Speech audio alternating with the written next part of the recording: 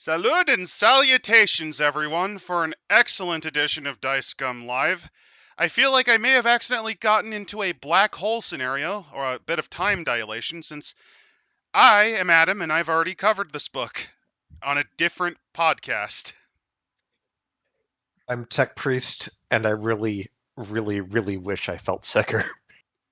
Very I'm unfortunate. Imsit, and I'm actually excited to be exploring Changeling the Dreaming.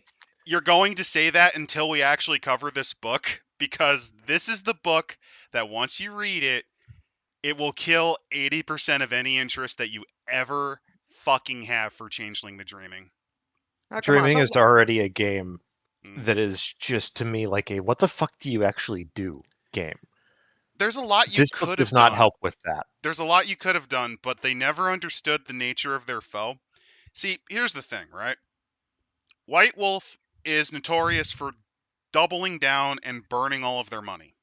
They did it back when they were Rampart Lion, when they were doing Ars Magica, and they went out of business specifically because they backed Wraith to the hilt to its detriment, as well as Mummy and a few other splats. Changeling is the one they fucking aborted. They never made a Pooka book. They just cut it right there. That is how horrible Changeling was. This is how bad of an idea it was, which is a damn shame. Now, what is Changeling, you ask? Well, it's these shit. three. It's these three guys. It's this metal album cover, and this is the sad thing about Changeling the Dreaming. I think out of all of the World of Darkness splats, it has some of the most visually beautiful aspect. It has excellent book cover design. It has a sort of parchment-like filigree and embellishment, which is lovely, and it uses watercolors. But what were you about to say, Tech? Because I was going to say a miserable pile of secrets. It's garbage. well, I was going to say, the actual lore of it, to make a long story short, the Fae exist. They're empowered by the creativity of humanity. Kind of yeah, kind of nah. They're not even available anymore. Then, as reality progressed and people got more rational and more rigid in their thinking, they couldn't exist in the world. So they had to retreat to other dimensions, especially this one called Arcadia, as well as various, I don't know what the groves or They're called freeholds, but freeholds. Well, your take is actually incorrect. So here's the basic meta of Changeling the Dreaming. Changelings existed alongside humanity, and the free folk, the fae folk, existed among them. Because there's the fairies, and the fairies love imagination. Correct. They love the humans dreaming for dreaming and striving. But then what happened? They love it because they're little parasites and they eat off of it. Correct. And then one day, humans mastered iron, which was seen as an impossible substance to work with. And ever since then, they have had a millennia-long crash out and collapse because they are struggling to find out how to parasitize that imagination. Basically put, they got changed and they're getting weaned off of black tar heroin to, I don't know, fucking nicotine. And it ain't going good. When the Zins hit and you craving that black tar heroin. So basically, yeah. Their solution was to fuck off. Well, that wasn't their solution. There was a big death war with the Fomorians. Like, this is a big plot point. There's a big war that happens. They actually fuck over all the contracts they made with other supernaturals. This is why none of them like them. In particular, they used to work with the Fianna, one of the tribes of werewolves, one of the Guru. And there's a whole bit about that. Yeah, because they kept stealing their babies. They kind of fucked them over. Yeah. But they sealed the Fomorians, they sealed most of the issues, and then they themselves fucked off because they could not. They just basically they put themselves in a hug box and are coping and seething because they cannot control humanity's dream anymore. Humanity does not need them for dreams anymore. Yeah. Basically, Poochie decided to go back to his own home planet, and that is the moon. Yeah. And then Neil Armstrong came in, kicked down the door with a fucking Colt 45 blasting America, fuck yeah. And now they have to run back to the Earth because now the moon isn't even safe. Yes and no. And we're making a long story short. We don't need to go into the exact details. Oh, don't worry. White Wolf didn't even fucking think this through. Yeah. So basically, White Wolf didn't think about it either. So why should you? You are Tail and Charlie's. You're a bunch of people. You're a bunch of fairies that What happened was when Arcadia closed its gates, You missed the memo. You missed the boat. you You missed missed the the last. boat. It's there were it was Noah's Ark. There's 3 monkeys. You're the 3rd monkey, and brother, it started to rain. Yeah. So because of that, and because at the heart of Changeling, this is something that I don't think any of the writers ever knew. They are the most selfish motherfuckers. I've already said, someone already mentioned this, but I think it's a good point. Changelings are the most selfish splats because they are completely self-interested in propagating and keeping themselves going. Vampire is less selfish than they are because they at least usually embrace childhood, not necessarily to fulfill their Dreaming. dreams. Usually it's through pawns, but they at least are at some level capable of altruism, even if it's just self-interested altruism. Remember, the But- Sabbat's winning goal is specifically to free all vampires from the tyranny of the ancients, so that they can inflict their new tyranny, but still. But the way that the changelings survived was to basically swap places with a human soul. Strangle baby souls, yes, that's what they do. They basically decided to become otherkin, and your soul. Who knows what happens to it? They don't give a shit. Yeah, they don't care. What Mind you, what would a this is changeling want with a human soul? mind you, this is a setting where people just sort of lose them occasionally. Your soul. Yeah. You're fine. Doesn't actually do anything. Don't worry about it. It's like the appendix. And the entire thing about you is you're kind of desperately trying to cling on to something that you're basically the Japanese guys 20 years after the bombs fell in a rainforest on a tiny island in the Pacific fighting a war. You're not even fighting a war because you know the war's over. This is you in your uniform with your old fucking Arisaka rifle that is completely rusted through. Trying to find a reason to keep wearing the uniform and screaming Ichiban Banzai at fucking random tourists. I was about to say, it's brother, you're just Jones and you're down bad for that last hit of Sweet Black Tar.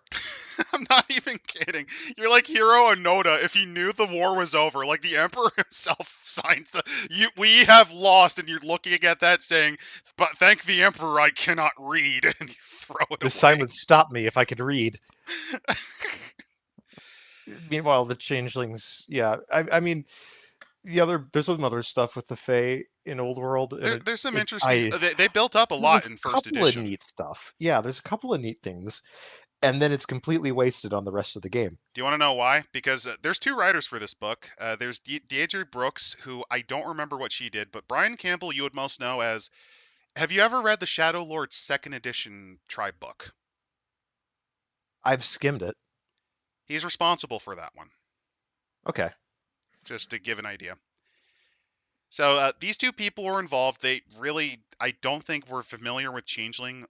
Or, I mean, in fairness, White Wolf had no one who really was.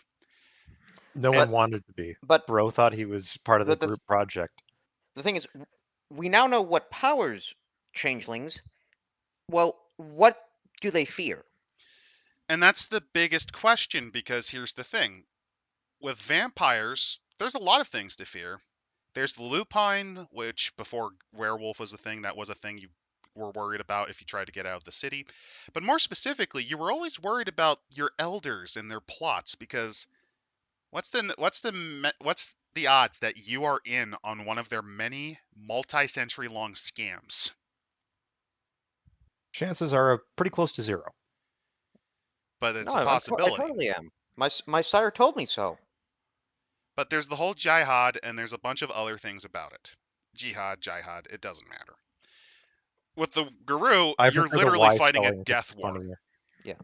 You're literally fighting a death war to save the planet. Mage, it's a literal autistic argument on the internet. The war for humanity's beliefs. Mage is autistic screeching with reality warpers. But it's basically the war for humanity's belief system. Hunter is... Hunter is a bunch of crackheads that think that they're talking to God. The Blues Brothers. God told me to bomb this federal building. God told me to bomb this federal building because there's a vampire inside of it. Correct. That is a genuine Hunter plot from Reckoning.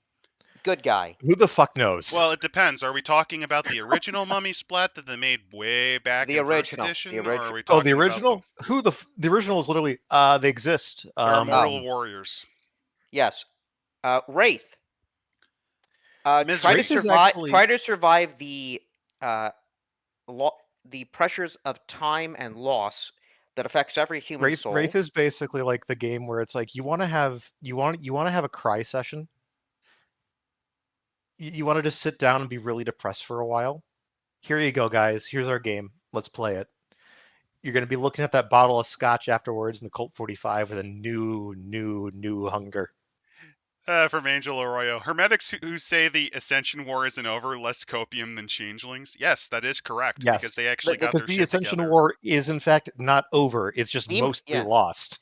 Demon. Oh, no, because there's the other thing is the technocrats are likely going to start fighting over each other because they're in such a winning position. Well, the other thing I wanted to add was Demon, which is Demon. Oh Your- man, I've got a which copy is of Demon the Fallen. you're trying.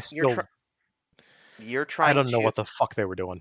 They had one good book, and it was the core book. Listen, you're a fallen angel given a second chance on life. Unfortunately, there's fallen angels that control you. Well, it's because since the world setting was about to end, they were like, well, I mean, Armageddon's about to happen. What's some of the stuff that to insult people who are just trying to watch their fucking TV?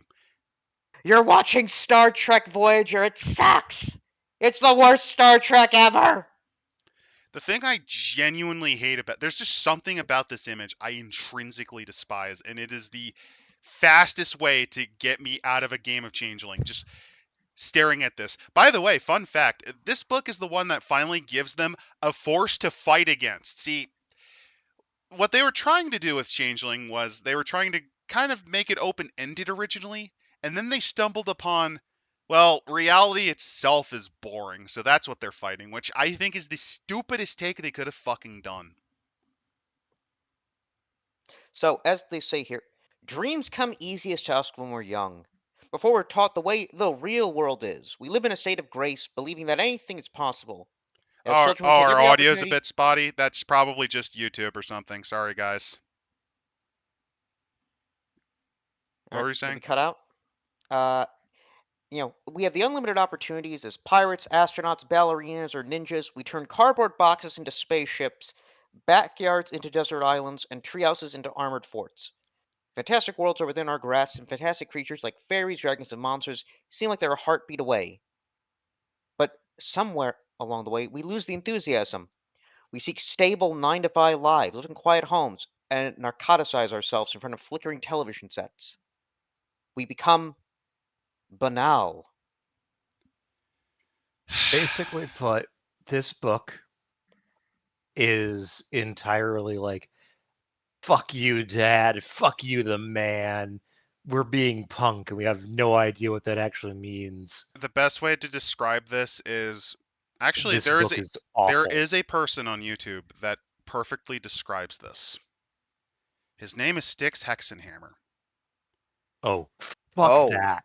No, think about it, because he tries to believe and live in this fantasy land, and you just see him. This is that.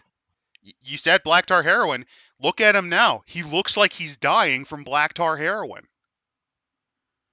That's probably because he's on black tar heroin. No, it's because he keeps chugging only good enough vodka. Not even the good stuff. Good enough. The stuff that you get if you're too cheap to get stoley.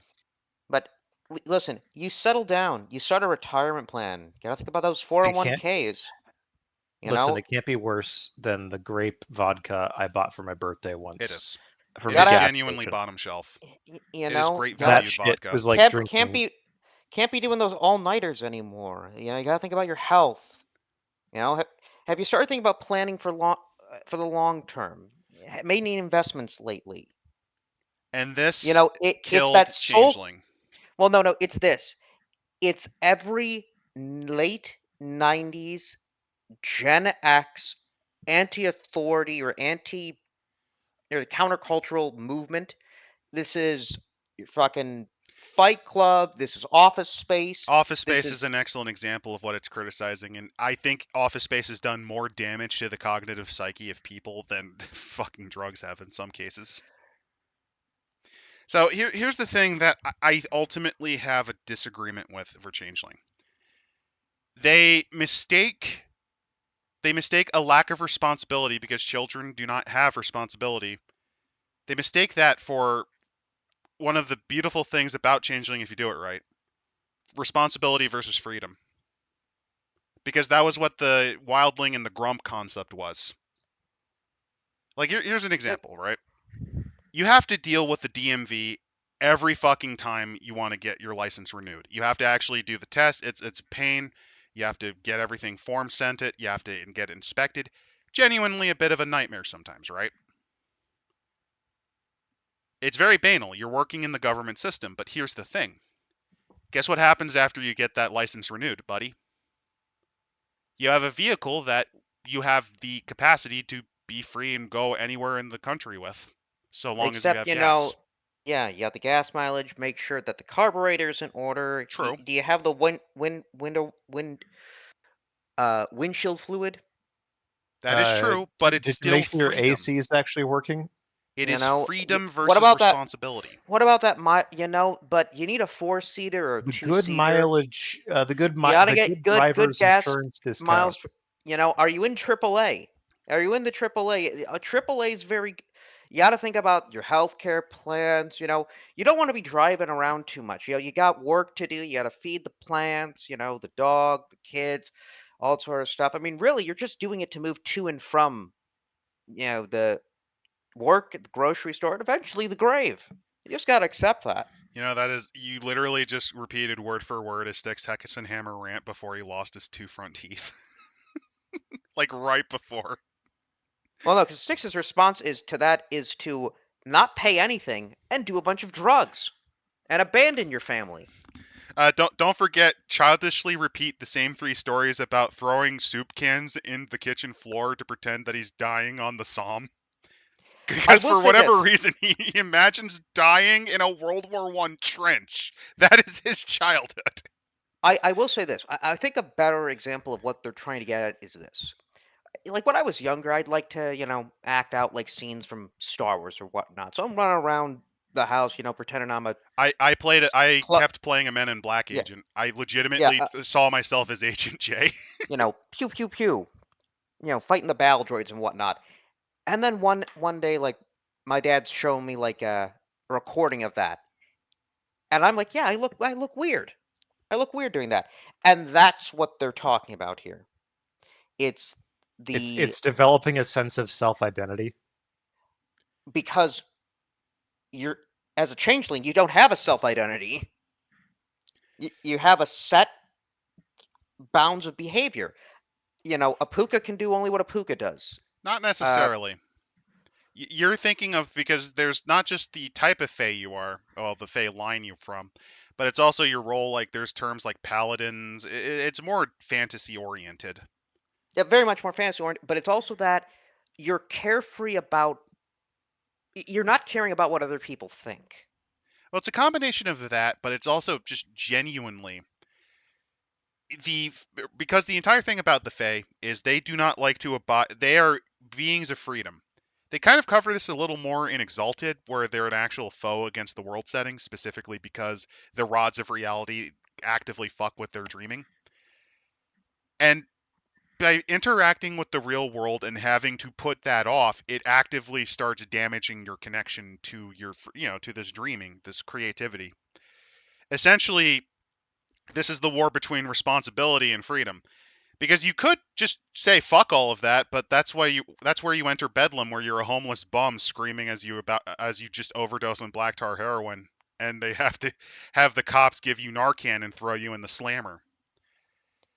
And then there's the banality version, where you become undone and you just become a mid-level functionary in some government bureau on tracking the average population habits of some species of salmon in the Northeast. Or you end up essentially being a stunted man-child. Correct. So Styx. Anyone really. I'm talking the Funko Pop, wearing the, I'd say, admittedly bad cosplay, and trying to still be relevant with cultural trends, even though you clearly have no attachment to them. The quartering? I mean, he doesn't cosplay, but he has as his co-host someone who cosplays as a goth chick. He does live in a deluded reality where he believes that Oh yeah, he he's does a think his successful coffee businessman. company is successful. There is also that sort of like the other thing I can think of is when you're playing, like, let's say first time you play a miniature game or any type of board game, and you really don't know the rules, but you just want to roll the dice. True. If you You don't know know, the rules, you can have a lot of creativity and fun. That's what free well, play's like. yeah, well, the Point as you get value, point older, armies? No. We don't need point armies. Come on, think about it. You bring your Gargant, and I bring my fucking Titan, and we're just gonna have them fucking action figure fight on this or thing. it's more like this. When Age of Sigmar first came out, there were no points values, and everyone reacted like, I hey, yes, yeah, I know. Don't trigger your banality here. It's like, well, no, we need to know the points. We need to know how effective this unit is because I'm going to be in a tournament with this, and I need to know how to. You start narrowing down what you can do, and pretty soon, you are playing only an army that is geared towards competitive play, and you're painting it up. You're giving somebody else the ability to paint up your army, so you can just win that tournament. I'm surprised you And didn't reference the Rogel Dorn tank, the cuck tank, the tank for cucks. well, I mean that's that. Listen, you can still be creative with it. I will say, I've you know, seen some fun alternative modeling of that thing where they're there's using green alternative. stuff And for that's like But an it, excellent camo example of pouch and banality things like that. versus glamour. So here's the thing, right? A mini, by its nature, usually has only a few permutations just because of how pieces fit together, right? But if you spend a little bit of glamour, aka you use a bit of sprues, you can customize it to do some interesting stuff. Same You thing can with paints. kitbash some You could things. paint it as what G&W intended, or as how Tranche Crusade keeps making their stuff shit brown. But notice what happens when you don't follow the lines. That's Listen, glamour. if you're playing Slanesh and your model doesn't make you look like it's candy cotton vomit, I don't know if you're playing it properly. Look, the best way to paint a Slanesh army is how you paint the Tyranids back in 2nd edition. Just the most clashing of colors you can imagine. Yeah, You just want your Tyranid opponent to colors feel with a bit of physical neon pain. green. I actually did that with my old Emperor's Children, the Noise Marines. A mix of like Yes. pastels, pinks, greens, light blues or like gray blues, yellows, purples, and just that garish amount of color, and it fits so well. It looks fantastic if you look at some of those old like Noise Marine ones where they had the guitar bolters. Remember those? Hey, they brought those back. They did. Silver Grizzly goes, DSP is a changeling. No, he isn't. He's a drone. No, he isn't. He is stasis incarnate. He is a He is high-powered drone. he is an autumn person. No, he's not As an autumn. Well, he could be actually. He's well, very yeah, boring. He is an autumn person. as they Have you No. That's actually you're onto something here. as they say here, the innocents, the average autumn person, the person who takes away a child's comic books because they're trash, the boss who doesn't understand why you don't like being shackled to your meaningless job, the concerned parent who wants to censor books and television to protect children. Reminder that the people who wrote this would eventually work for companies that would advocate for that just because they have a political belief that they disagree with. Now, guys, we can't have these offensive stereotypes in our books. Now, guys, Listen, we listen to your state on beliefs. the one hand, yeah, that's that. On the other hand, I agree with putting World of Darkness Gypsies in the Demnato Memori category of books. It's that bad. No, that's the thing, though. A change will be like, no, what? What's wrong with it? It's creative expression. It's creative expression. They'll look at what's that Dutch? What's that Dutch? Like blackface Peter. guy. Black Peter. Schwartz Pete. Yeah, Schwartz Pete. It's like Schwartz Pete. there's some people that are they dress up as Schwartz Pete. It's like what? What? It's colorful. Well, no, he Expressive. literally looks like that he's because he's supposed to covered be- in coal. Yes, but the problem is that it looks like Santa's little black guy is a slave. Welcome to say is his hello to stuff. my friend Black Peter. Don't worry, he's not black. That's just coal dust. just cold. You know, these people would have been. I would never would have been hire. saying, I'm gonna stop right there I before would you yeah, know never no, what I was no, gonna say. the changelings would have been saying, why is the NAACP so upset about Birth of a Nation? It's a great movie. I'm just It's now so envisioning detailed. I'm just envisioning one of Woodrow Wilson's advisors actually being a changeling, showing Birth of a Nation to him to inspire him. that would explain way too much. Changelings inspired. That would All right. no, that would Changelings inspired Pol Pot because they the had the idea grand. No, of no, no, no, decreased no, no, no, no. population. The Kleagle, the Grand Wizard, the Oh my Cyclops. god! Oh no, that does sound like Oh, something a changeling a changeling. And what do would changelings do? do when they're in a public area? Well, they have to have a mane. And what do clansmen The have? court of the court of the mask. white camellia. Oh my god! The changelings are behind the KKK. I could believe it. Here, folks. You heard it here. Nathan Bedford Forrest was a changeling. Nathan Bedford Forrest was in fact a damn dirty changeling. No, here's the fucked up thing. We are not talking about the Unseelie. We are talking, these are normal Kithain doing this. I mean, yeah. It's similar to how people keep forgetting the Bruja used to be very fascist aligned. In fact, actually, they formed the ground troops of the Fourth Reich. Hey, what wasn't there a freehold in the South? There actually are very freeholds. much There are a variety of freeholds, yes. That's very much a I wish it an was- There is an antebellum entire style. kingdom down there. There is an you're joking, but there isn't. They didn't get into too much about it's known as the Kingdom of the Big Apple or the Empire of the Apple because the main headquarters of the East Coast Changelings in New York City. But there is a kingdom of the South that is very to live and die in Dixie for you. I swear. Oh, This is hey, this, hey, White Wolf. I want to see what you do for Changeling 6th. Well, given that is what they want to do, we'll talk about that later. considering that they weren't even able to get to fucking mage for 5th. Don't worry, they have they're ideas. Get to So then here we have the next group of Autumn people, and it's one of the villains from a Hearts of Cognoscenti. Iron 4 mod. Yes. Yeah, when the fire rises. What are they doing here? Dr. Anton Stark. His first victim was a young girl who had escaped into another world. Oh, Dr. The Stark, that her psychologist. dangerous tendencies had to be stopped. If fantasy was the disease, reality was the cure. He Wait a slowly minute. shattered her dreams. wait a minute. Remember what Nixon said about psychiatrists? what did Nixon say about Bohemian Grove again? Well, What did- remember that Nixon actually liked going to the Watergate Hotel and their horrible sugar salads? Sugar salad. Have you ever had a Watergate salad? Those things are fucking atrocious. What? It's It's Quakers, man. it's ambrosia salad on crack. What if Nixon? Nixon was a Nixon's a grump. He used to be a wildling, but then after losing to J.F. Kennedy and the syndicate's money, he gained like free banality. He got banal and he became a Well, grump. don't remember one of his famous lines to Kissinger. Why don't we use the nuke, Henry? I'm not sure. I want you to think big, Henry.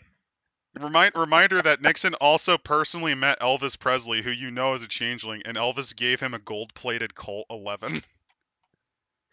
Listen, He gave him a gold-plated gun just to shoot communists with.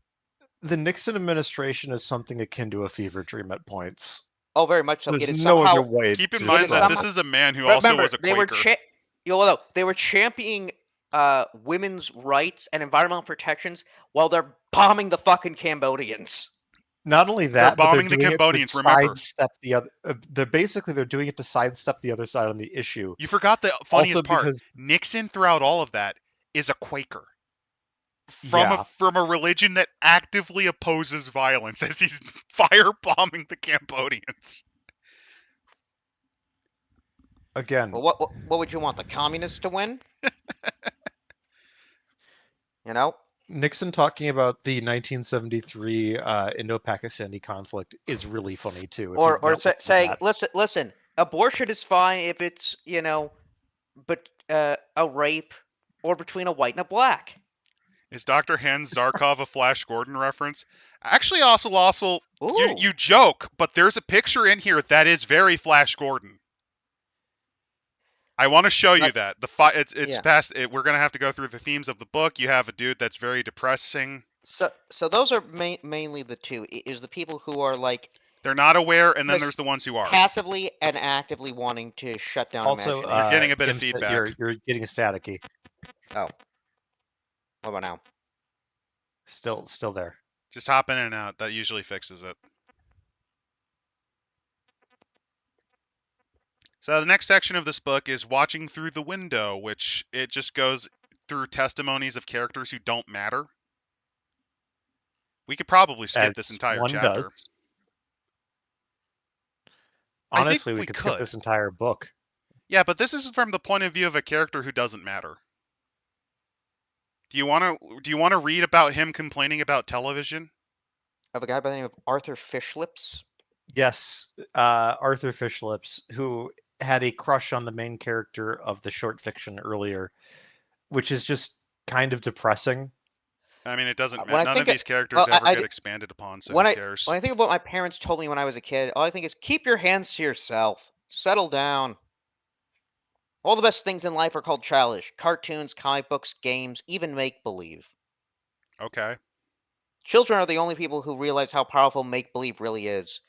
The people who make those cartoons and comic books, those are children. I feel like this is a struggle session about people who made fun of them in high school for playing, like... Yeah.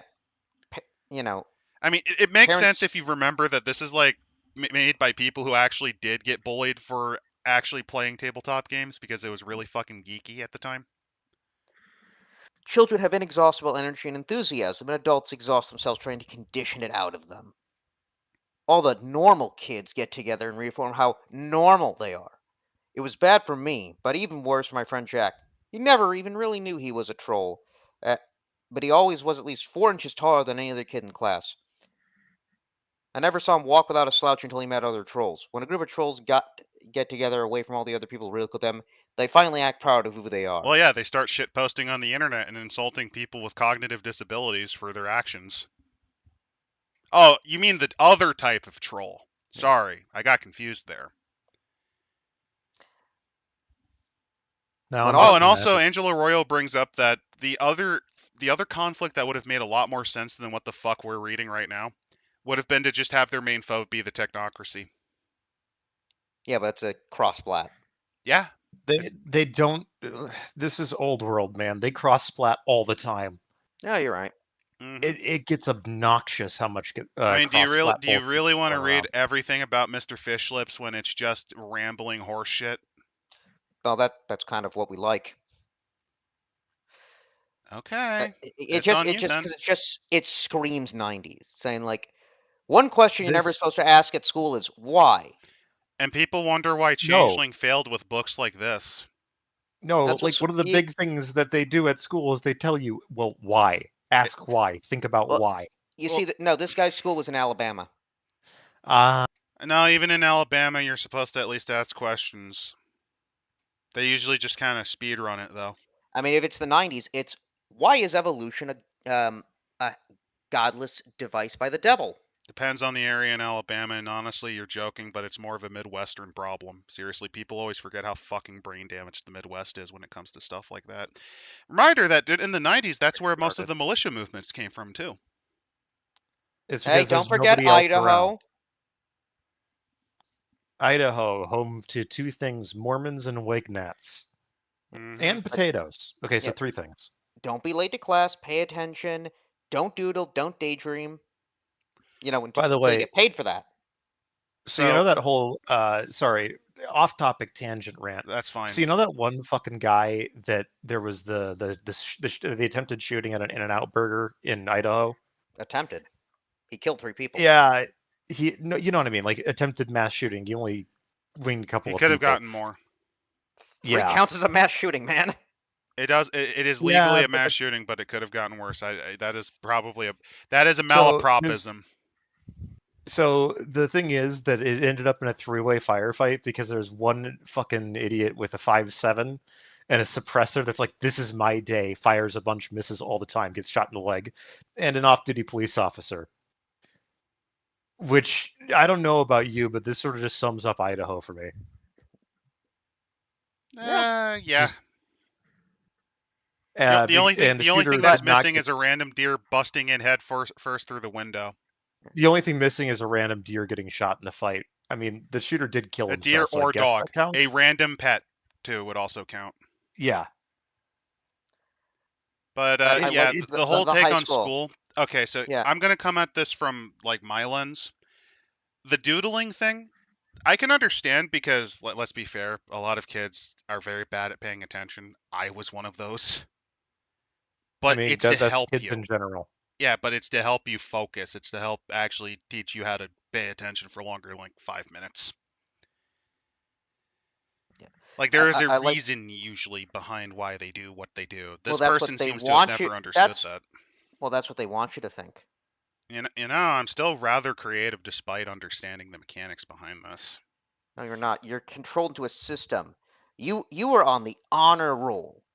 Your high school heroes were footballers, cheerleaders, student body presidents. They're all conformists, man. You know, the funniest thing is I actually was not that great in high school. I only actually put effort once I got out of the grade schools.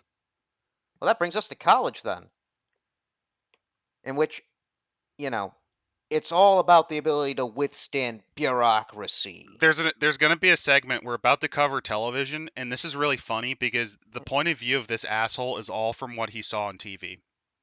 Yeah. Oh, I like This this. I television thing is fantastically oh no, stupid. I like this. Mindless sorority girls going for their MRS degrees. Wow. Yeah, What a it's called Masters, retard. no. MRS with a dot at the end. No. He's looking at those women as nothing more than sexual objects. Oh, is this the quartering? Interesting. Well, yeah, mindless sorority girls. You know, there's actually a dude that I knew that is like, he still thinks college is like Revenge of the Nerds. And I guess the person who wrote this, I know this is supposed to be the point of view of the author as the character, but this character is Yeah, fucking insufferable, and I don't like him. that's sort of the point. Yeah. Yeah. No, that's not the point. You're supposed to understand the point of view of the autumn people, and this sucks. No. This is guy genuinely making me not want to play The Dreaming. Yeah, we went to Grateful Dead concerts, begging for change in Haight-Ashbury, raving with the Unseelie in Golden Gate Park. So where's the part? Did you know the Grateful Dead had a problem with human trafficking? Did you know that the Grateful Dead kind of fucking hated their fan? Oh, they loathed their fans, but also keep in mind that like a common thing that happened, especially once they toured outside of the U.S., so many people got disappeared. A lot of people disappeared at those concerts. We'll ignore that, otherwise you suffered banality. Let's go to television. Thank you. Which, again, you sit in a corner with kill your television. Because the battle for North America is in the video arena. The Videodrome. You know what it's like to watch someone watching television? I don't know. I'm usually watching television. That screen starts flickering, their jaw drops, the eyes glaze, and the mind shifts into neutral. Keep in mind that the person writing this is using Office Space and other Gen X complain Winefest movies. By the way, hey, you want to know what's happening with the Gen X guys now that they're in positions of power? They're making more embarrassing shit than the people they're criticizing. It's almost like they never had the talent. Fuck. Also, this is the 90s. The hands on the clock slowly turn. I mean, what? Are Oh, wait, you this not is the watching not. it? This is the. If this is supposed to be the night, he's talking X-Files, Twin Peaks, This is like Babylon right when 5, television Deep was Space hitting Nine, banger after banger. Yeah. and before that, I mean, you had Animation renaissance too, by the way. Keep in mind that Ren and Stimpy, Animation. like the Nickelodeon lineup, Cartoon Networkers get banger after fucking banger after fucking banger. There was a renaissance on television, and there is a creative renaissance too, because keep in mind this was also like the MTV. era of The Simpsons, which fucking bucked the trend on a lot of things. Like a lot of ratings restrictions were occurring there. What Even else? Family Guy Then we get tussled with them. The FTC. They tangled Yeah, with the FTC. David Letterman show. You know, Letterman, you had the start of like the HBO experiment of high quality prestige television. Fox News finally Sopranos. came about, so you actually had a conservative-oriented infotainment thing to counter the more generalized, slightly left-wing stuff. So you had that. Fox was in And the that revolution. had some long term negative What consequences. about The 24-hour news cycle did more damage, man. Yeah, they were a part of it, but Yeah, they were. I'm not. They were All of one them. of the about All biggest of them parts of suck. it. what about foreign media? That too. This is the era of anime. Anime actually, you could start watching it occasionally on local broadcasts. This is when Pokemon hit children like crack did the black neighborhoods in the 80s. Oh yeah. But then we've got to go to the day job. The TV one is such a horrible take. It is, because again, this is the anti-technology rant. Which is actually No. this book is probably where. So here's the thing, right? Changeling 20 exists. No one plays it. Even though here's the fucked up thing. It exists, and it genuinely treats banality like technology, which is the worst take that they ever did in a 20th anniversary edition of anything in the World of Darkness.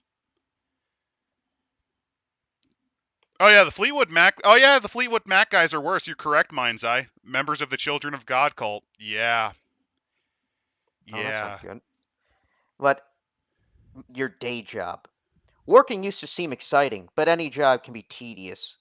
Eventually, you get into the frame of mind where your job is just something you suffer through. You take another personality when you're on work. Most people usually don't like to do their job. It's a way to get money so that they can do the things they do like. That's kind of the point. That's kind of the point. You find one that you kind of like and you stick with it for a while. But then you've got corporate life. I had a roommate who used to work for a corp. He needed the money really bad. So when they offered him a salary that made his eyes bugged out, he said yes. Yeah? He used to be one of the noble she. Now he's in real estate. So, you are aware that if you have a lot of money, you can still be an eccentric weirdo. Just look at Howard Hughes. Seriously, the man made billions, and you want to know where he was by the end of it? Hiding in his house in his bathrobe, not trimming his nails because of the fear of contamination. He could do whatever the hell he wanted. He had screw you money. You're a cog in the machine. If the structure made sense, there would be some slight justification. But the structure gets more and more complex. There are more and more ways for it to break down. Listen, if we blow up the credit card companies, the debt is deleted and it all goes back to zero. Are they actually using Fight Club as their example here? I mean, this is just the generic theme in the 90s. I mean, all right. Don't think, don't hope, don't dream. Don't talk about taboo subjects. Don't talk about sex or religion or personal because you might offend somebody. Minimize personal contact. Get in, do your job, get out. This is really hilarious because a lot of the alumni from White Wolf would eventually immediately buckle down and sit there broken and just completely buck broken. Well, the suit is the uniform of conformity. Everything you do is given a veneer of respectability by being dressed up in formal clothes. A suit is just another type of make-believe, except that over time you become that role. Reminder, this is the book that established the actual antagonist for Changeling the Dreaming, so if you read this, does this make you want to play Changeling the Dreaming? Does this make you actually interested in it? Does this I don't know, kind of as a hunter who's killing these drug-addled freaks that are probably grooming my child. Probably. They actually. So you're saying that, but we'll get into the Dantean. One of them legitimately was groomed by one of them. So yeah. Build the walls around me, and I'll be empowered. Every day will be an autumn. I'll be sheltered from the world, safe from any bad emotions, safe from any dangerous ideas. Anything that's new or different will be kept away so long as I keep up my car payment. Go back to the same house someday, feel the same guilt at night, and swill it down with a nice glass of expensive alcohol to make all the bad feelings go away. Reminder that the future they want and the ones that they're trying to brag about is sitting on the floor of a laundry room next to the cat litter box wearing the same stole-ass shirt 9 days in a row. Yes, Your future, if you're a changeling, is Styx, Hex, and Hammer rotting in an apartment in New York. I presume Arthur Fishlips ended up becoming the head of the Department of War. He could be. He actually no, you don't understand. What he actually is, he's the head of ICE now. I'll be safe. I I'll mean- be fine. Well, actually, no. This is the guy.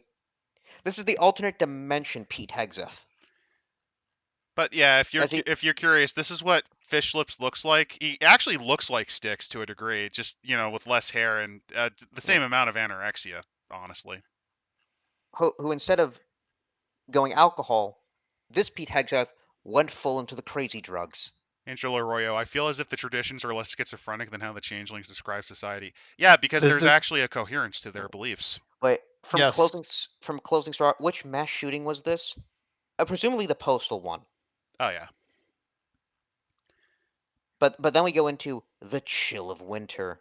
There's something magical about seeing Spock in a onesie wearing pink shoes. That is true. But by the way, there's a fucking brick joke in here.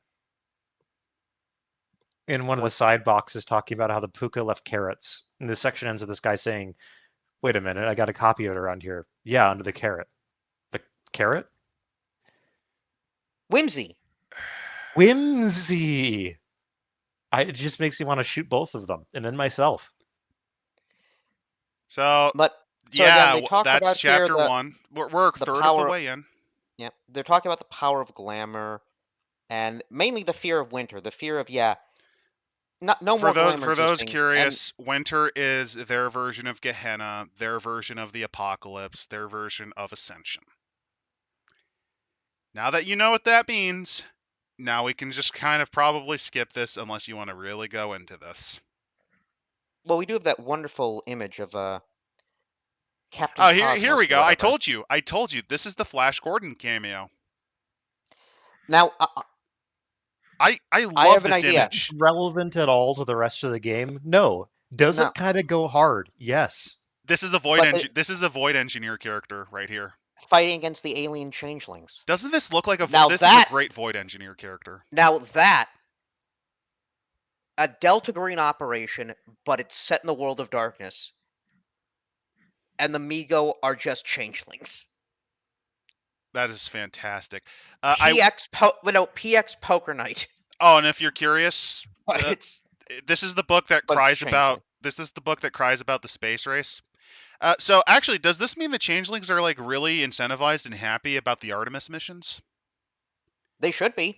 Because I will say that, like, after seeing, here's the thing, I have seen pictures of it, and for a minute your brain goes, this doesn't look right, because the quality of the moon shots that they have with the new cameras are so fucking good. Yeah, it is. I mean, you have to understand this. You live in a time where human beings have gone further from Earth than anyone in history. Yeah, because we've never done a far side lunar mission before. We're going out of the cradle.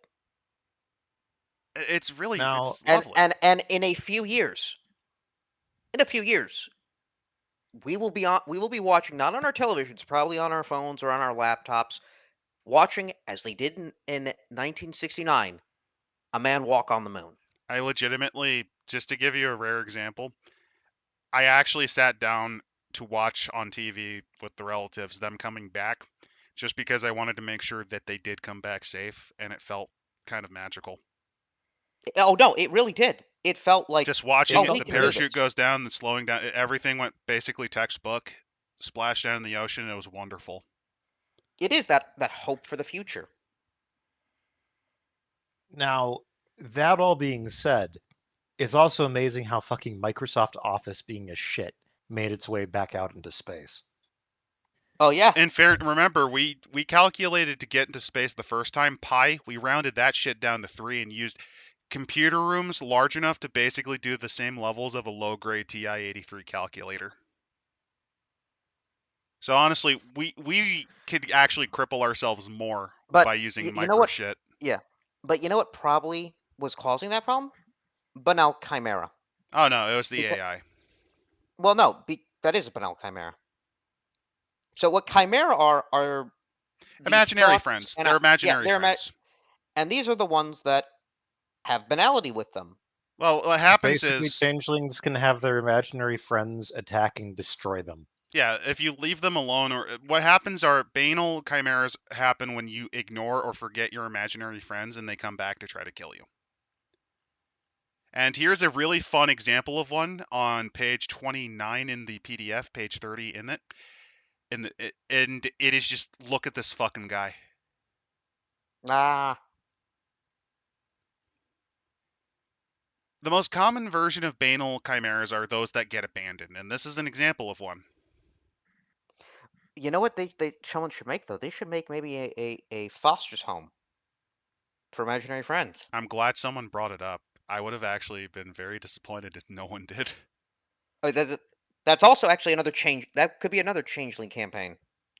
You could. The problem is ultimately there's no coherent threat. Like there, in Vampire, there's the jihad.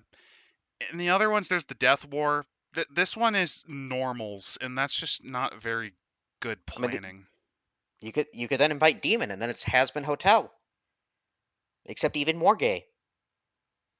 Do you really want me to move on to the other book, because we got a twofer tonight?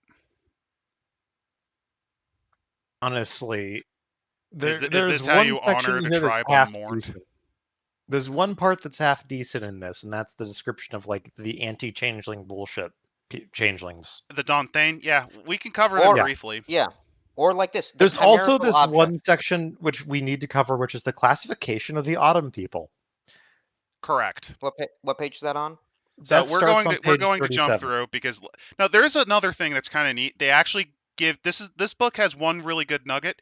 It goes into detail about how undoing occurs. Yeah, I also do like this, the chimerical object, and it's a gray sword. It's a blade with no adornments or decoration. It does Uh, permanent banality to any Kithain it strikes. so the problem is the handle's a different color, and there is some embellishment, so it should just be a hunk of metal, honestly. I mean, but that's a good idea of, well, what's a banal weapon? It's just a Eh. regular sword. But No no, shine to it, dull. I'm just gonna go. So the undoing they describe is the changelings. They try to really hammer up the Dantean, which is hilarious because the Shadow Courts, and then there's the Ever Frozen guys, and now the Dantean. They don't do anything with any of them. They try to bring back the Formorians for whatever reason, over doing anything with these three. Like, if you've ever complained about the Stargazers as a werewolf tribe not doing anything, these guys make them look productive. Like, you know those tiny vampire clans that only exist just to give people variants to play? Like the fucking Samedi. The Samedi do more than these guys. Mainly because they actually did in 5th edition. Holy shit. Yeah. But yeah, But the Undoing's scary. And the way it works is that you slowly gain banality as you go along, right? And you're as you gain banality, and once it gets over your glamour, things start to go wrong. You basically you zero sum. You're gone. well Well, first what more. happens is you lose your memories of what happened while you were outside of your mean. You know those imaginary friends. Yeah, you really don't remember them No, you because, don't well, even they were remember what happened the imaginary. night before. The best, it really goes into like a very sad and disturbing take. It's a really good take because it is essentially slow onset dementia. Because first it's just what happened that night. Then it's whenever you're outside of your body. And then it's entire nights, weeks, months, and then eventually it's all gone. And And let's the say, only thing you imagine have being left is just this feeling of emptiness. meeting an old friend, and not only fails to recognize you, but remembers nothing of your common past. And they show a really lovely piece of picture where you see their actual changeling flesh unbreaking because of math. It's just, it is genuinely well done. And the thing is, the Kithain that do suffer banality, they don't really mention, they don't bring it up. They fade away. And if they do come back, they took a trip or are on vacation.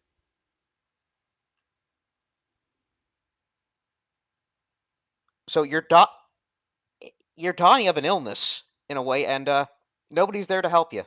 Yeah, because they don't want to be near you because it makes them experience banality too. They basically are so selfish they'll leave you to rot. They'll leave you to rot on your deathbed, effectively. Hey, what a metaphor is this? What disease is this a metaphor for? I wonder. It's almost like they don't know the word subtle. Admittedly, kind of subtle. No, I say this is somewhat subtle, because if they were doing an actual AIDS metaphor, they would have like King David, like outright say, no, this only happens to the unseelie. I wasn't going with HIV. It's very clearly It's Alzheimer's. dementia. Yeah, Hmm. it's It's like clearly dementia Alzheimer's, or dude. Alzheimer's or something like that. I don't know. I'm How the reading. fuck did you get AIDS out of this? Dude, like, do you know what one of the most common forms of abuse is? It's elder abuse because no one wants to deal with it, and they get locked Oh, up in these homes and they just rot, and it's fucking miserable, there dude. there is that. It's the It's far it's the closer to that. it's the isolation. So, you know, Have you not trying to ever visited an old folks home and how fucking depressed most of them are? yeah. That is Not the fate of most changeling, and that is an actual tragedy. It is well done. It's a flash of inspiration in this pile of shit book. And then the book immediately does a James Gunn tier joke by swinging right into the Autumn People, where they go, "These are the goofballs. These are the zany stick in the muds that you can bully and make fun of." the first is the mundanes. I'm not even Take kidding. a It take. yo-yos from Yeah. dementia. It yo-yos from dementia. Like, you know that movie that came out a while back where it is literally the point of view of a person going through severe Alzheimer's. It goes from that to a fucking Adam Sandler movie in terms of tone. Because take a look Rob, at the opening of the next section. Rob Schneider is the dementia patient. The opening of the next section, starting on page 37, 38 of the PDF. Mm-hmm. Introducing, for your entertainment and elucidation, Runcible Pooka Nose's Field Guide to the Autumn People, Volume 1, compiled and researched by Runka Pooka Nose, fuzzy scholar, troubadour, poet, and Pooka at large, at the behest of his most illustrious fuzziness, the Grand Pooka. Gawain, where'd you go? It's cold and sad. The TV only shows me ads about life insurance. Gawain. Anyway, they've been watching you. I know they have. I'm Human watching lonely. is a dangerous activity. That's the verbal whiplash we're getting here. Yeah. Again, I, as an erudite worldly Pooka, I have taken it upon myself to classify them. I have conducted a study for the past few months to detail the habits and idiosyncrasies of these most dangerous of humans. Human watching is a dangerous activity. In fact, they consider it against the law in some situations. So this man is legitimately hiding in your bathroom. He's fucking I'm eyeing in your you at almost- house. The safest place to do it is a heavily populated area. If you watch carefully, you basically the Autumn People at work. They hide from us, but watching them as a herd like the humans, the Autumn People, can become an enthralling activity. Sit down on a park bench with a nice cold drink and a pair of binoculars, and you'll see what I mean. Reminder, Snot this is dripping down his nose. Dun dun dun. Let us away to the shopping mall, to the bus stop, the video arcade, and the bingo parlor. Grab your bag of carrots, tuck your ears under your hat, and come with me. The sleepers await. Ha ha! Yeah, that's the tone that has after the whole fucking depressing thing about how goddamn. It's like going from Requiem for a Dream to Oogie Loves. I was thinking that's actually a good I was one. about to say the other bit about that is there's this infamous football game, right? It's called the Heidi game because it's entering the last minute of the fourth quarter. It is a tie game. The Jets have the ball. They are on the 30-yard line on their own side. It is second down. It is 2nd and 7. And then all of a sudden, bam, the broadcast immediately cut over to the made-for-TV movie Heidi. Because it had ran past its allotted broadcast time. Well, that actually reminds me. There used to be, it was known as Ambush SpongeBob because Nickelodeon would do like these fucking promos, and at least on several occasions, there would be like during a cutting about. outbreak where like there would be like in the aftermath of a terror attack, and you'd see like the remains of a building, and then all of a sudden SpongeBob appears like, "Here I am! It was me who did it." I remember Same stuff energy. like that. Yeah. But the I other remember that people, with, like, sorry, So they say here, mundanes. the Take a look normals. at your stack of White the Wolf books. normies. By the way, In a they call them yeah. mundanes because remember the book that came out recently at this time. Oh, Harry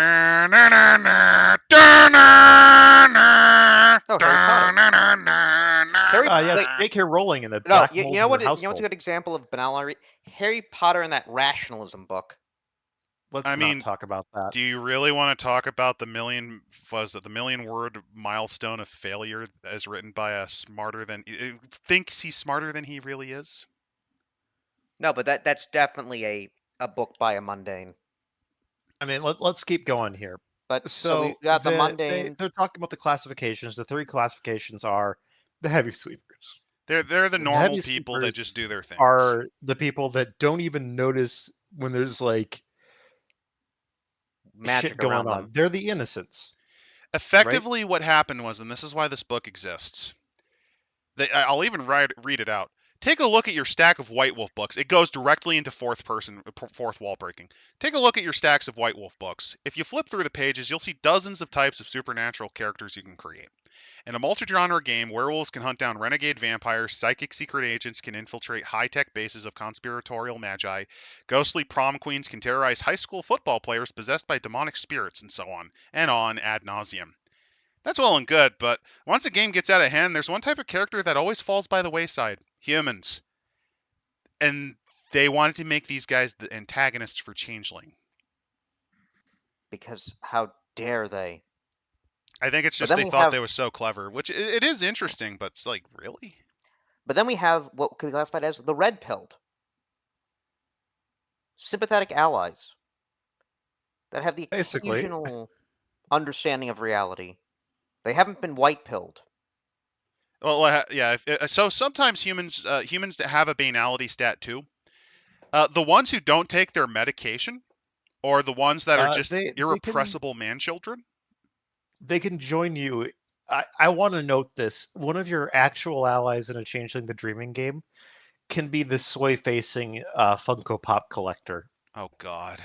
This is one of the only people who knows about the fairy and is like, dude, this is just like my Marvel movies. I was thinking Mr. Crocker from the Fairly Odd Parents. That's an Autumn person style of thing. This is somebody who's like, I go on magical adventures. Yay! Basically put, really, they're considered kind of like a close part of them, like ensnared things. There's also, of course, children that sometimes figure this shit out. Yeah, insightful children can cross into the world of the dreaming quite easily. Yeah. They give an example. They reference Alice in Wonderland. It's basically going beyond the looking glass. Let's not talk about, yeah. We're not going to go into too much detail because, like, fuck. Yeah, no. let's not go into way too much detail on that because I want to get to the actual funny part of this, which is the Autumn Fae, which is just the comedic shitpost. By the way, throughout all of this, you'll see carrots. By the way, there's there's an in-universe quote out of a book here. I love this. Oh. Playing fantastic creatures is easy. We can all imagine how simple life would be if we had magical powers or superhuman abilities. In this game, however, you must play a normal person in a normal world. You must protect yourself in the world of imagination by playing someone who is perfectly ordinary. We all know how easy it is to kill a vampire or roam the earth as an undead zombie.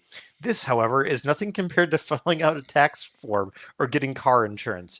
Gunther Hagen Diaz from the introduction to Black Dog Game Factory's Human the Protagonist. That's pretty funny. That's actually That an is in-game. actually pretty funny. That's actually an in-game company. So here's the thing, right? In-game game, actually. Yeah, because Pentex has a subsidiary called Black Dog Game Factory. In fact, there's actually a variant of Formori, which are, if you've ever seen the Mazes and Monsters where the dude goes completely schizophrenic after thinking he's the game character, that is legitimately what Pentex is trying to do. They're trying to build Formori out of Also, socially maladjusted nerds. and NDR is asking, what's the lifespan of a child in the magical realm? You don't Well, want to know. innocence does protect them. Well, dare ye enter my magical realm. Also, Hey, I there's- like the I like face- with the the autumn face fae is gonna again. fucking You, drown you've him. got the guy here looking at a woman with a stroller. Hey, Aqualung. He is observing them from a distance with his carrots and his celery. He also has a little goblin friend with him.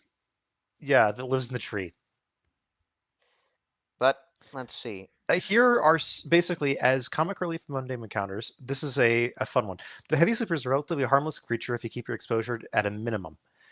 Prolonged contact with heavy sleepers is known to have dangerous side effects such as headaches, temporary loss of cantrips, and the inability to forget repetitive popular songs, the contraction of mild rashes, and an affinity for daytime television.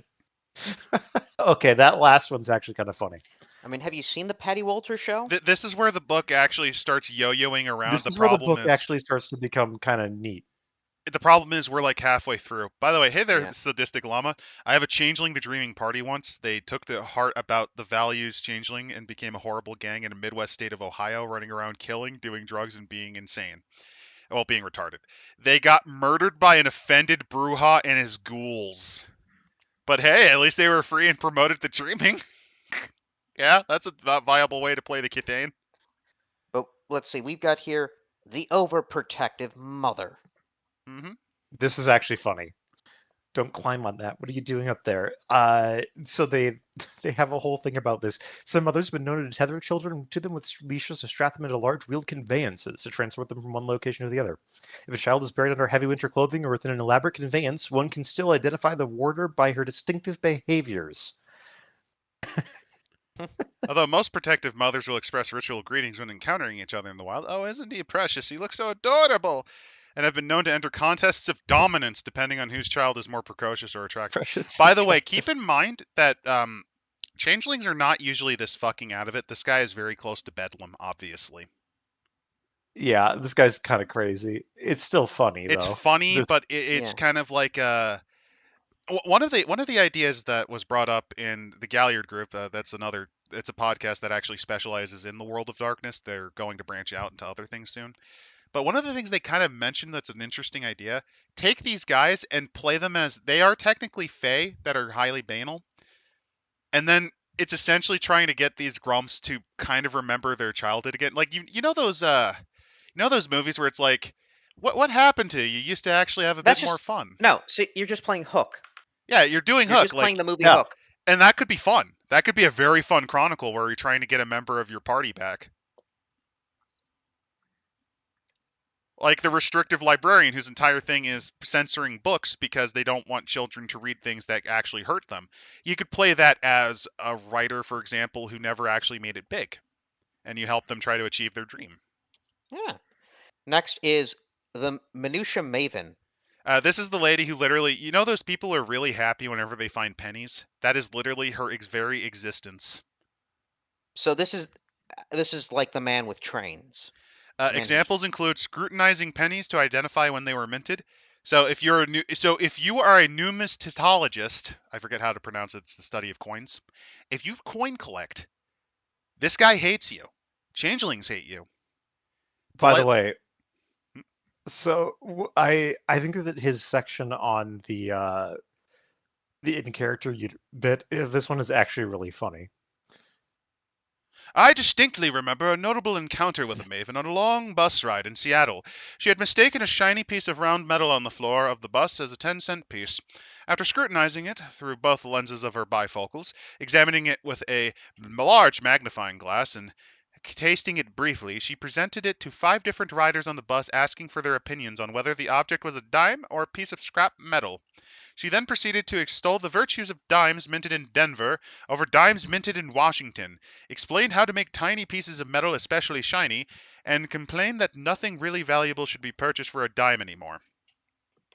So she just has a hobby. Yeah, this is just Yeah. literally a coin collector. Just has way too much of a hobby. That's not even too much of a hobby. That's, oh god. Have you ever, you guys fucking flashbang me with mini stuff every now and again. Yeah. Yes. By this logic, you're this type of August Faye. By the way, have you ever realized Autumn just Faye. how complex actually it is from the different styles? You have pewter, resin, even lead, although people don't use it 3D that much, printed and of too, course keep that in plastic. mind. You got to think about the grooves and the styling and the details for it. They don't make them like they used to. And they don't, because you don't have to wear gloves for them anymore. Yeah. But next up, the crashing boar. This is the Dude, stoner. Yeah. beer, babes. Yeah, I this is love just the this. stoner. I love this one. Although like- I regard myself as a modest and sensible Pooka, I have lost my temper with a young man who was interrupted my reverie with a sizable warren of my lupine cousins. So he was bothering Guru. No, lapine, not lupine. Lapping. Oh, sorry. It's just the font's a bit It's a shit. rabbit. I thought it looked like a U. But I was In the saying, midst of my delightful discussion with a young rabbit about the availability of dandelions in the vicinity, he began screaming about how delighted he was to see so much rabbit meat around. He began chasing rabbits around the field, trampling dandelions and alarming does throughout the warren. I was forced to convince him that he was no longer a human, but actually a mobile dandelion. He was summarily terrorized by these rabbits who chased him throughout the forest and threatened to eat his leafy bits. That's not really a crashing boar. That's more of a dude who I guess was a hunter? oh, I mean, he's not a next very up good though, hunter, though. the corporate suit, which is just, This would I definitely feel have gotten White empowered Wolf and in my trouble now. 401k is doing better than ever. I mean, who'd have thought that less than 20 years later, White Wolf would help promote this mindset? next up though, the Dauntain. The The best part of the Dauntain book. are the best part of this book. They're like there's I don't get why it took them so long to actually talk about these guys. These, I would say, are the people who, yeah, they know they're Fae. To put it simply, there are multiple villainous Fae factions. Because what happened was in Changeling the Dreaming, no one so this is a common thing that you see now in a lot of modern entertainment companies. But in White Wolf, for whatever reason with Changeling, none of them fucking talked to one another on Changeling. So there are 3 different fairy types that you legitimately have to deal with as threats. There's the Everwinter guys who seek to bring about the final banality. Then there's the ones that legitimately have been sealed away. There's the Unseelies who are angry that humans basically don't need them for dreams anymore. Like, they need them, not the other way around. These are the guys that... So, okay. To understand the Dauntain, you have to understand how becoming a changeling works. So, put simply, they steal your soul. They steal a baby's soul, and then they eat it. Or whatever. They do something with it. Horrible things. And they replace the baby. They replace the baby's soul. And for their childhood, they're mostly normal. They mostly are very similar to other people. It's actually, someone mentioned this. I forget which one of our chatters mentioned this, but Changeling the Dreaming is the prototype for beasts in this regard. Because up until a certain point, there is no difference between a changeling other than maybe a propensity to act out more than a normal human, right? Then the chrysalis happens. What's the chrysalis, you might ask? Hey, you know how the first change in a werewolf usually results in a lot of dead bodies and a crying child? That, but with LSD and schizophrenia. That's the chrysalis. You begin waking up with memories and nightmares of things that you never had happen to you. Your soul literally starts eroding your memories, your beings, as you get replaced. What you have is replaced with what your fairy was. And the Dantean, in response to this, usually have a couple of ways to handle this. One of the more common ones is to scream, "Fuck no," at the signs of the nightmare. They don't like the ayahuasca trip. They hated the acid trip. So they focused and held on to their human memories. And ever since then, they kind of despised the other changelings. That's a Dantean. And they usually try to get rid of the other ones because they see them as parasites on humanity. Dark Sun's not very happy, but think about it. Think about it. Beasts sacrifice their souls and basically transcend beyond the human form. Changelings kind of do the same thing via entering the chrysalid through dreams. They even have the same dream motives. So if you think about it, Beast the Primordial was an attempt to do Changeling the Dreaming. It's just a shame that a sexual predator worked on that one. I'm pretty sure they also worked on Dreaming. They also worked on Demon the Descent. Damn. Yes, And the main on difference most is of the the demon's actually good. Well, also a lot of the Chronicles of Darkness, because one of the interesting things is take a look at how many writers are on all of those Onyx Path books. Yeah. It's a very But small group of people. No, it ain't. So- It's like 20 fucking people on every book. so you 20 have writers. For You like have for the here- development team or for like the No, like if you look at a lot of the books in the Onyx Path, there's like 20 writers on them, man. Yes, So- what the main thing is like the development team. Yeah. But whatever. Okay. But so here you have the Lost. I'm a what? Excuse me. You say I'm crazy because I don't believe in this nonsense? Well, I think we better have a talk about what's real and what's not right now. By the way, he has a sticker with he has a button I- on his shirt I- that says "I don't believe." Yeah. So they're sitting there screaming, "I'm not a fairy! I'm not a fairy!" They're They so can't far in the exist. closet. Yeah. This is Mr. Garrison from South Park. This is Lindsey Graham. This was Rest in Lindsey peace. Graham. This was Lindsey Graham, right? Rip and piss El Bozo. I know what I know what I'm gonna do. I'm gonna bomb the freeholds. So There's yeah, a what freehold in happens are Tehran. this is the type of We need to Dantean. give another 20 billion glamour to Israel. This is the type of changeling that they went through the chrysalis, but they were never picked up, and essentially they got ungaslit or regaslit into believing normality. Like they basically go, I'm sorry, lost man, but what happened was you had a schizophrenic break. Here are the medicines that help you kind of remember. Your memory should come back pretty easily. This is that type. Basically, he saw the nightmares, thought they were shit, and was ignored by others, and said, "Nah, fuck this," and he The ignores next- it. Yeah. The next though is the cursed. With that I The pronounce a cursed curse are, upon you and your house into the final generation. Your daughters will bear sickly children, your sons shall not marry. The first in each generation shall be stricken from Kithain society without recourse. I swear unto you, I shall not rest until you and your family are devoured by the sterile force of banality. So this is something that changelings actually experience. You know how you never fuck over a fairy? Like you never mess with the fae because they will try to get those goddamn oaths out of you. This is the type of loss. This is the type of Dantean that they rejected the dreaming, but they still are very much obsessed with getting back what they believe is owed to them. As they describe anger personified, becoming their teeth and fingernails become wicked fangs and claws. They seem to be filled with violent energy, which the slightest error could touch off. Also. Honestly, a changeling's first change sounds more fun than any fairies. No, it ain't. Do you like schizophrenia? Do you like going on the world's worst acid trip as you literally erode and suffer ego death? Because the thing is, the first change is quite frightening. Because especially if you're a lupine, like if you're a lupus form changer, you suddenly wake up with the full cognitive seat of like a thinking, of like a sapient being, right? You go from dog brain to capable of human brain. That is disturbing. But what's more that Finding out your entire life is a lie as you rapidly sink into insanity, or that. Mostly as a child. Oh, yeah. Oh, and there's creepy Now, people that are looking out for you the entire time, too, usually. Yep.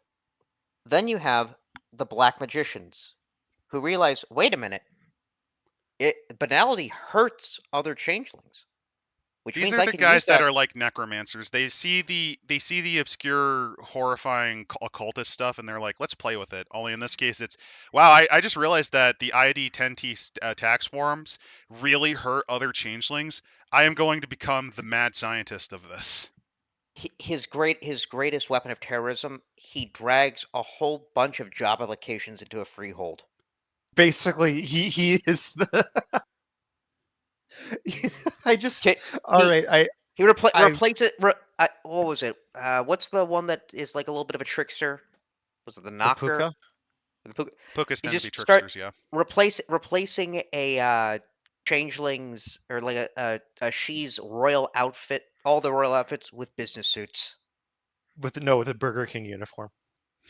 No, No. They have to Like work they retail. no, you don't understand. It's like the music of Eric Zahn. I have written a play. I have written a play for you. I shall present it to you, my queen. And then he proceeds to do the entire Wendy's instruction training video musical to try to what? force them to learn responsibility and jobs. That's Jeez, whimsy. that's whimsy. That This is I have replaced all of your clothes with the Burger King. I have filled up the application. You're going to work there now. Then you have the nihilists. The nihilists Who- don't give a fuck. They're like, They're well, not they are the nothing ever matters. So there's several yeah, strains of nihilism. What's the point can have two answers. You can treat it as what's the point, and you kind of just roll with life as it is, you know? You it's enjoy what you There's have. nothing matters, as in these like that's guys kind of liberation because these nothing matters. yeah You choose what actually matters. Hmm. these guys believe that since we're not just in autumn, we're in the last week of October. We Last are week of December, like it is one day so before the solstice. fucking yeah. So let's just bring it all down. Just end it all. Well, no, it's like, what's the point in even doing anything? Basically, these guys have realized because changelings, at the end of the day, as mentioned early in this stream, they are the third monkey that has just gotten to the Ark. It is raining, and you're seeing it sail off. The ramp is going up, and you're No, like, the ramp's no, fuck. the ramp is already up, and it is in the distance. Brother, it is starting to rain. No, it's The been raining. wait, only way to kill the Fairy King is to force him into the wage cage. That is We one of the must quickest. get him a job You're at joking. Amazon. You're joking, but the Autumn People book actually does describe like places such as employment, and actually it causes like ticking banality, which But actually this I'm just gonna reheat this joke. It I hope is you don't really mind. funny though that No, you can have. Sorry, I'm gonna reheat the joke. Okay, you and your Kithain are like your little fairy group, right? Want to get the new Happy you're Meal toy. you're a fairy polycule. Your fairy polycule wants to get a Happy Meal toy. Your little gnome wants to do it. And he's like, I am going to risk the fast food place. He comes out aged 50 years because he's become a fucking grump. His eyes are dead. He's in the uniform. I have the toys. He hands them to you, and he just dissipates and becomes undone because just working one day there destroyed him. One shift at McDonald's fucking killed him. It just automatically gives a changeling banality. Have you dealt with some of the fuckers that are at customer? I mean, thankfully nowadays it's mostly assholes who get it on Uber Eats, but like it is atrocious. Man, they start you off with a generous salary and benefits. And then he just becomes undone. He doesn't even remember, why am I I here? What am I I? do love the idea Who are though who are you of people? your sorry that you're a I hate to interrupt. I love the idea of you're playing a technocracy hit team. We've got to clear out this reality deviance. We've brought the strongest weapons known to man. They open it up. It's job applications. No, it's job applications and the least funny comedian they could find.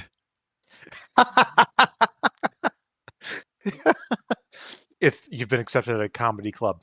Its comedy club is back up to the worst comedians you can imagine.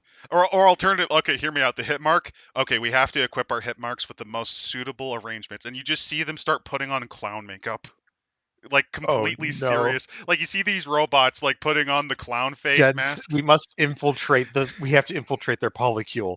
You have to dress like Bozo. There's just something masterful about looking like I'm just envisioning Arnie in a clown suit wearing the shades with a fuck off gun. Yes, I have like to join Yes. your polycule. I I need your like the cut clothes. of this guy's jib. I need your clothes, your makeup, and your nose. Honk honk. But so the next guy though. So He we kicks have open the a door and he's gnawing on a carrot. He doesn't even know why, and it cuts to the gag that the hit mark has gone rogue and has become a marauder somehow. but All so right. now we have the apostates. Those who are like, no, no, no, no. If we bring about the end, we'll all go back to Arcadia. The best way to describe this is Jim Jones in the People's Temple the week before the Kool-Aid is drunk. No, no, Right? literally at there, because I've listened to it. They go, no, no, no, don't worry, don't worry. It's a revolutionary suicide. Well, I mean, the difference is instead of taking the Kool-Aid, they also then proceed to shoot the DEA agents and so on. Also, I will be correct. It's not Kool-Aid. It was Flavor Aid. Yeah. Yeah. We do not tolerate the slander in this household. I mean, at least it wasn't Tang. Then we have typhoids. Kithains who become Dantean through no conscious or unconscious choice, rather due to other beings. If they get infected by a vampire, glamour devoured by a Dantean, or simply, again, walk into the wrong place. Yeah, if you get Bad Gould, luck. for example, or you experience mass lunacy during your change, that can happen. Or the hit mark gives you the clown shoes. It's actually a hit mark that forgot he was a hit mark, and he's now a changeling. The hit mark gave you the clown shoes and called you Bobo the Fool. You took psychic damage. You are now a typhoid. Now, and the Dantean have powers. They They can do. just straight up turn glamour into banality. Yep. It's an interesting concept because the way these guys kind of work is, and the reason that I think they're a much better threat. They're actually, I would argue, they're probably one of the better threats you could throw against the changelings, and they should have been the meta plot threat. They look at the changing nature of reality, and basically, and this is Plato's allegory of the cave. They're the ones that have seen what's outside, and they say, "Why This should we?" sucks. I'm going back in there. And they try to drag you back in. Right. They have the power of disbelief, which is, yes, they can see the dragon. They know it's a dragon. Well, no, It doesn't they know exist. on a level, but they also refute it. They also know that it doesn't exist. All right. They basically atheist in a D&D setting it hard enough that it explodes. Well, no, I'd go further as a reference. This is the power of the Numidium. The power of no. This is the Dwemer basically going no. Well, and the best part is most of these guys cannot actually use the cantrips because, well, they disbelieve. Like the Lost literally don't make use of it except unknowingly. Let's see. They can erase traces of glamour, direct rage at a Kithain, destroy emotions, That one's actually kind of strong. That's a really powerful one. transform one temporary willpower point into temporary banality. Yeah, they also can just ravage your glamour. They could steal glamour Yep. from you. Basically, they're really nasty as foes for changelings. Like, And I really feel- nasty. And here's the thing. I think this actually makes them a better threat. Or, like, either do with something with the Shadow Courts, which they never really did that much with. Or do something with, like, the Frozen guys, which they never did any. I think the Dantean actually is a better idea. Have you read Changeling 20th yet? The only thing I know about it is that the way they handle banality is one of the dumbest takes I've ever seen. It can't be any worse than having autism cause banality. That is also in What? Changeling 20? No, that's an original Changeling. Oh, no, you are right. I thought this was in this book. Yeah, like, That's what I thought was in this book. I thought that infamous chart was in this book when I was like doing it. I'm like, that wait, is one of the Changeling books. By the way, also, here's a fun fact. Did you know autism makes it easier to be used as a meat puppet by the demons? There's a Demon in the Fallen book that legitimately describes if you want to possess someone, find an autistic person, because I believe the difficulty to just basically take their soul, because they don't have one, I guess, or they don't really have one. so it's easier to meat puppet them. I thought Drops the the idea behind that difficulty would be, down by like 2 or 3. And I thought Gypsy was offensive. the thing with that is I would think that it would be more like if they have a mental disorder, it's not easier to puppet them, but it's easier to get away with it because anything that's weird No, can just no, be it's written just off as because that. it's just they very basically go, autistic people don't got real people souls. Have at it, Earthbound. So low They functioning don't got autistics real are just, people souls. you know, that is a bit of a creepy thing where you have this low functioning autistic guy, like really low functioning. No, Uh, no. but I got something worse. It's a child, and you hear the parents pray, "Please, Lord, can we find a way to have it so that he gains progress in therapy?" And then one day, as if like a divine intervention, the child is fine because it's It's a been meat fucking puppeted by demon. a fucking Earthbound. Yeah, that reminds me of a post that hit viral on Twitter where it's like the guy's like, my mom was doing volunteering work, with people with developmental disorders for children, and she was so shit at it that one of them that was completely nonverbal finally, for the first time in his life, spoke to tell her to fuck off.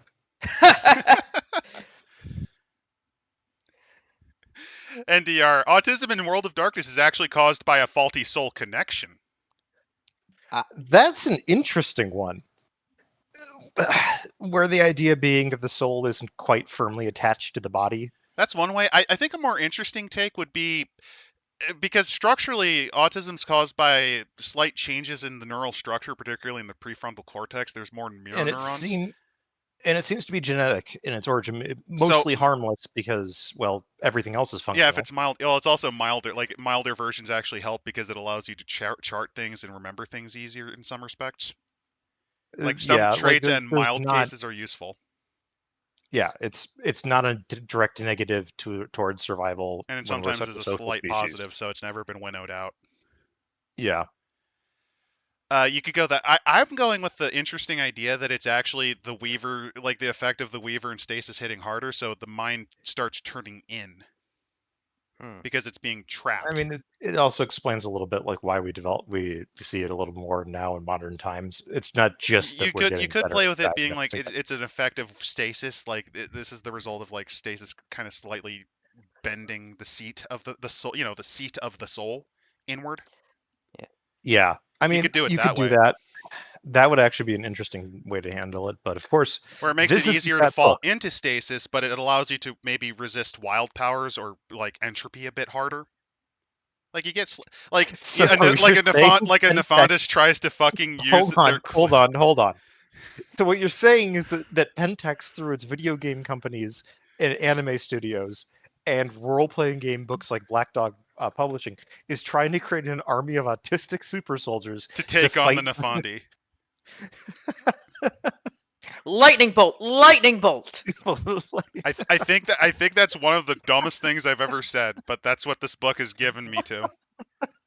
We just have the game master. This iteration X guy, or no, be NWO, the game master. At like a Comic-Con. My legions. And just run him at the nearest homeless Nefandi. They must run at them Naruto style. They must use. No. Here's the other thing. Because of their hyperfixations and focusing, they also indoctrinate them on how to counter all the supernaturals because they go, "You don't understand. I'm well aware of how celerity works." Wait, what? You ignore physics, but you can't ignore this. And pulls out faster.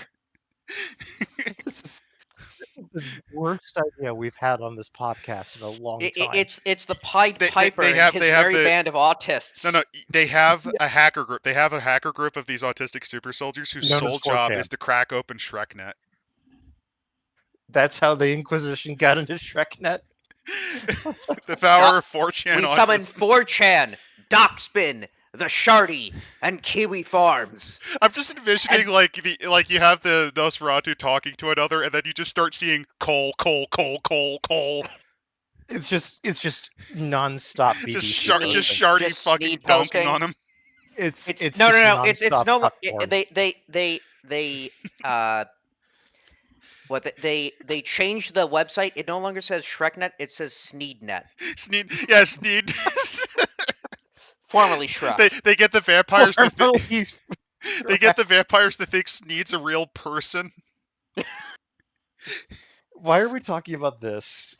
Well, We need to get back and well, finish Because because you what know what planning we're on about to talking have about. to read, because we're gonna Yeah. have to move Oh on. yeah. because I'm gonna say this. There's a bit more to this book, but I think we need There's to be really here. cool characters that are in this, and they like the Dantean. But I y- I don't want to spoil Everything to too do much. with the They're Dante good yeah, is actually but half we decent. need here to be the real reason, because all of this was to tell you how to understand banality. because we're We're not about to gonna read show one any- of the most Because they are baneful. going to Yeah. talk about Vampire what's 6th the vampire I edition, hate. the most banal. Well, the alpha. I already hate it. I You read see, only we the threw- introduction, and we it's threw enough it- to make Yeah. me just be like, So I'm not sitting through this for We 30 threw a Okay. minutes. twist at I'm you. out. Before we do, I'm going to. I didn't set this up, so you guys can rant about this a little bit, but I want to show something that actually fucking happened during the playtesting. So here's the thing that happened, right? They were playtesting Vampire 6th edition. And well, what happened was, you know how Cain is accursed to God, like is cursed by God. Apparently, Vampire 6 is cursed by God. I'm not even kidding. The omens dictate that I don't think He- we should even he- talk about it beyond the point of saying it's shit. It is Well, that. No, I No, need to show this though. No, we do. He remember, he said that after the flood, the rainbow, he would not flood the earth. He did not. That he did bitch not. lied. Well, no. The Lord doesn't lie. So let me show you. So this He- actually he- happened He during Gen instead Con. did a downpour, which is entirely different from a flood. The Gen Con where Vampire 6 is being playtested has had its play area, and the White Wolf stand, and only the White Wolf stand, flooded by rain because the fucking roof split.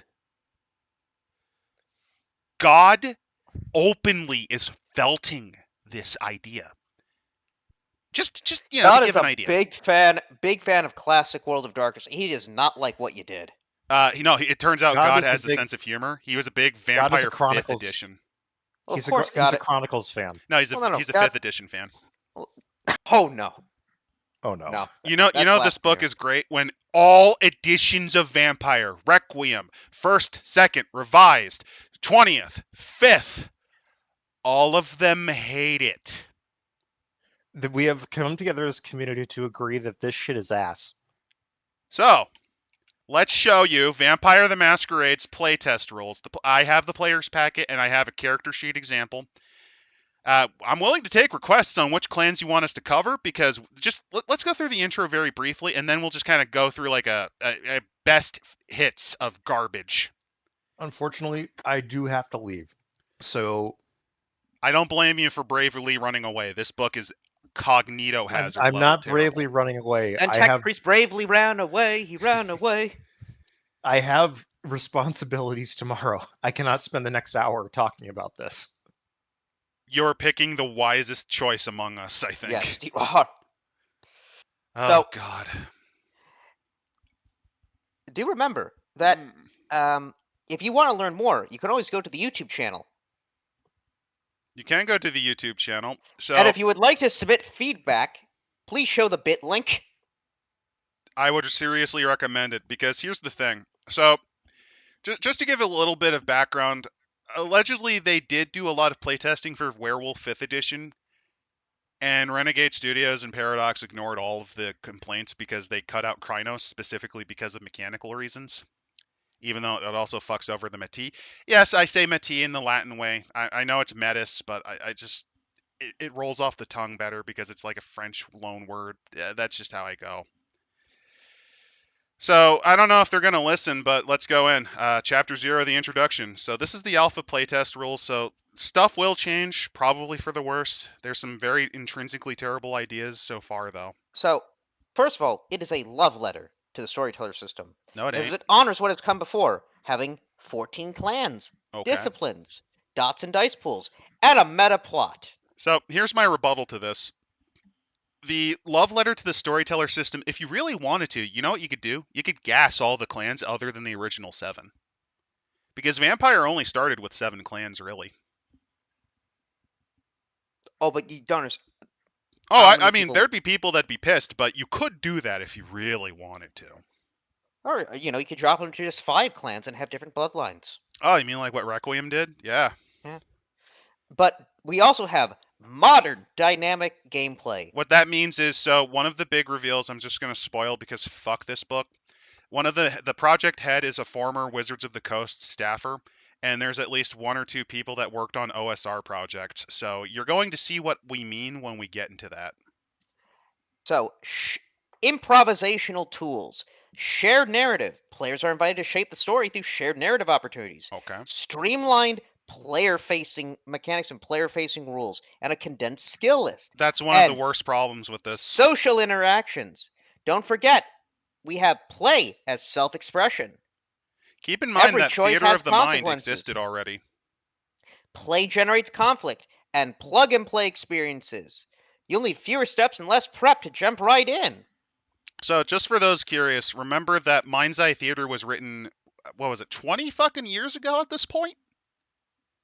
Was it 20 years that the first Mind's Eye Theater splat came about? But the LARP Probably. scene has been around for like fucking at this point, Hey, 35 Nicholas. years. 35 years, basically. Yeah. By the way, also, this is a playtest. This is actually the early testing. This is actually completely available. You can look it It's up on for free. DriveThru RPG. You can look it up for free. Also, if you And go on RPG Drive-Thru, just for fun, Vampire 5th edition is usually 60 to 40 ranks below Vampire the 20th anniversary. Funnily enough, Mage 20th actually outdoes Werewolf 20th for whatever reasons. I don't know. So, Nicholas, you also caught a great point.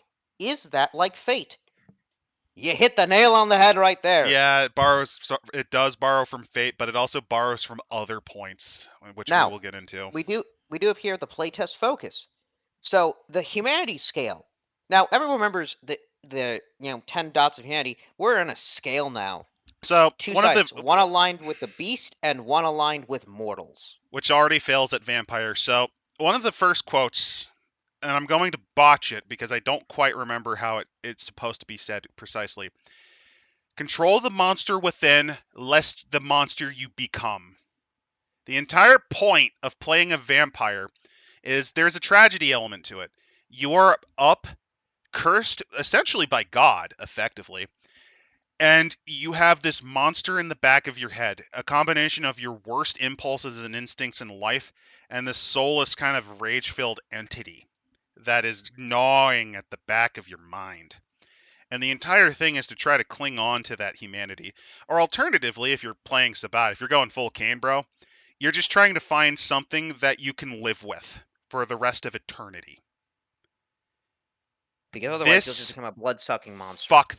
This fucks that. Entirely. Because now you want to basically be in between. You don't, you see, because if you ascend to Golconda, you die. You don't die, but you will for whatever reason, the higher your humanity, the more you frenzy, which is stupid because the entire point is you were less prone to frenzy. No. You frenzy if you're monstrous. You outburst if you're mortal. Do you want to know why I think they went with this angle? Because here's the fucked up thing. They don't even want to do Vampire first. They wanted to do Changeling first. And hey, guess what stats exist? Bedlam and Banality. Oh, and guess what also Mage has? The same problem where it's paradigm versus humanity. Because remember, your understanding of reality slowly degrades as you become a more powerful mage. And don't forget here, character advancement is now tied to specific aspects that reinforce the game's tone and reflect what it means to be a vampire. That's a very big sackle to nothing. Hey, you know what this kind of reminds me of? You know how in all the Powered by the Apocalypse games, you get a point if you do something related to your character's playbook? Oh, God, I didn't even notice that I spent 3 hours a few days ago just shitting on this, and I didn't even notice that. Fuck! Yeah. Which brings us to, instead, like, what is the world of darkness? By the way, for those of you who are voting for Zamichi and for Tremere, I'm going to have to simply say in the words of Ethan Oliver Ralph. Suffer bish, we didn't write them. You don't get that. You don't get that succulent amount of vampire clan. What you think we are? Rich bish? No, we don't got that. We don't got that hoi for money.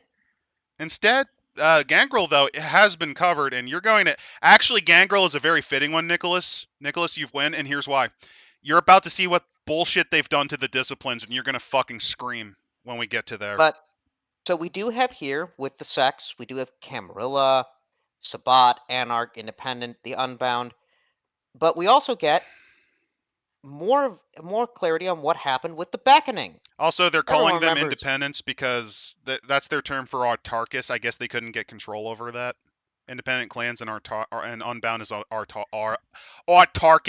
Sorry, difficult Yeah, word. so everyone now remembers how the Beckoning was kind of a metaphor for all the problems going on in the Middle East in 2015 that Well, I mean, no longer exists because ISIS has been defeated and Syria is on its way to, unironically, possibly being a functioning republic. I was going to say it's more of an excuse to get rid of all the elders. So one of the consequences of the meta plot in Vampire is there's a lot of elders that were kind of stamping around. What the Beckoning was supposed to do is it was supposed to essentially level the playing field. It's similar to how the big shift from Vampire 1 to 2nd is most seen in Chicago by Night, where after Prince Loden's death, the entire playboard was very heavily altered because of the werewolf attacks, right? Same idea. Clear the board so that you can come up with new characters, new structures, and new... Basically, how the big cities are going to be like, right? Because if you have the same elder vampires, things don't really change that much. The problem is they just kind of dropped it like they did the Week of Nightmares. So if you actually found the Beckoning interesting, where they Naruto ran to Jerusalem for whatever reason, yeah, that's gone now. It's over. They've come out of their gay orgy. Well, not gay orgy. It could just be a regular orgy. Well, no, like it's pretty clear because some of them came back as if something inside of them had been hollowed out. So there's been people that have been fucked with diameter. Hey, remember our episode on the romance book for 5th? And there was that spell that allowed you to just make a giant black hole? Yeah, you want to make your... Yeah, that's what happened. Oh, yeah. So many holes are stretched. But don't worry. If you were afraid of, well, what about getting hunted by the Second Inquisition? They threw that out the window, too. Yeah, apparently back in 2025, Elon Musk destroyed the one organization that was actually dedicated to saving humanity. Oh, yeah, USAID.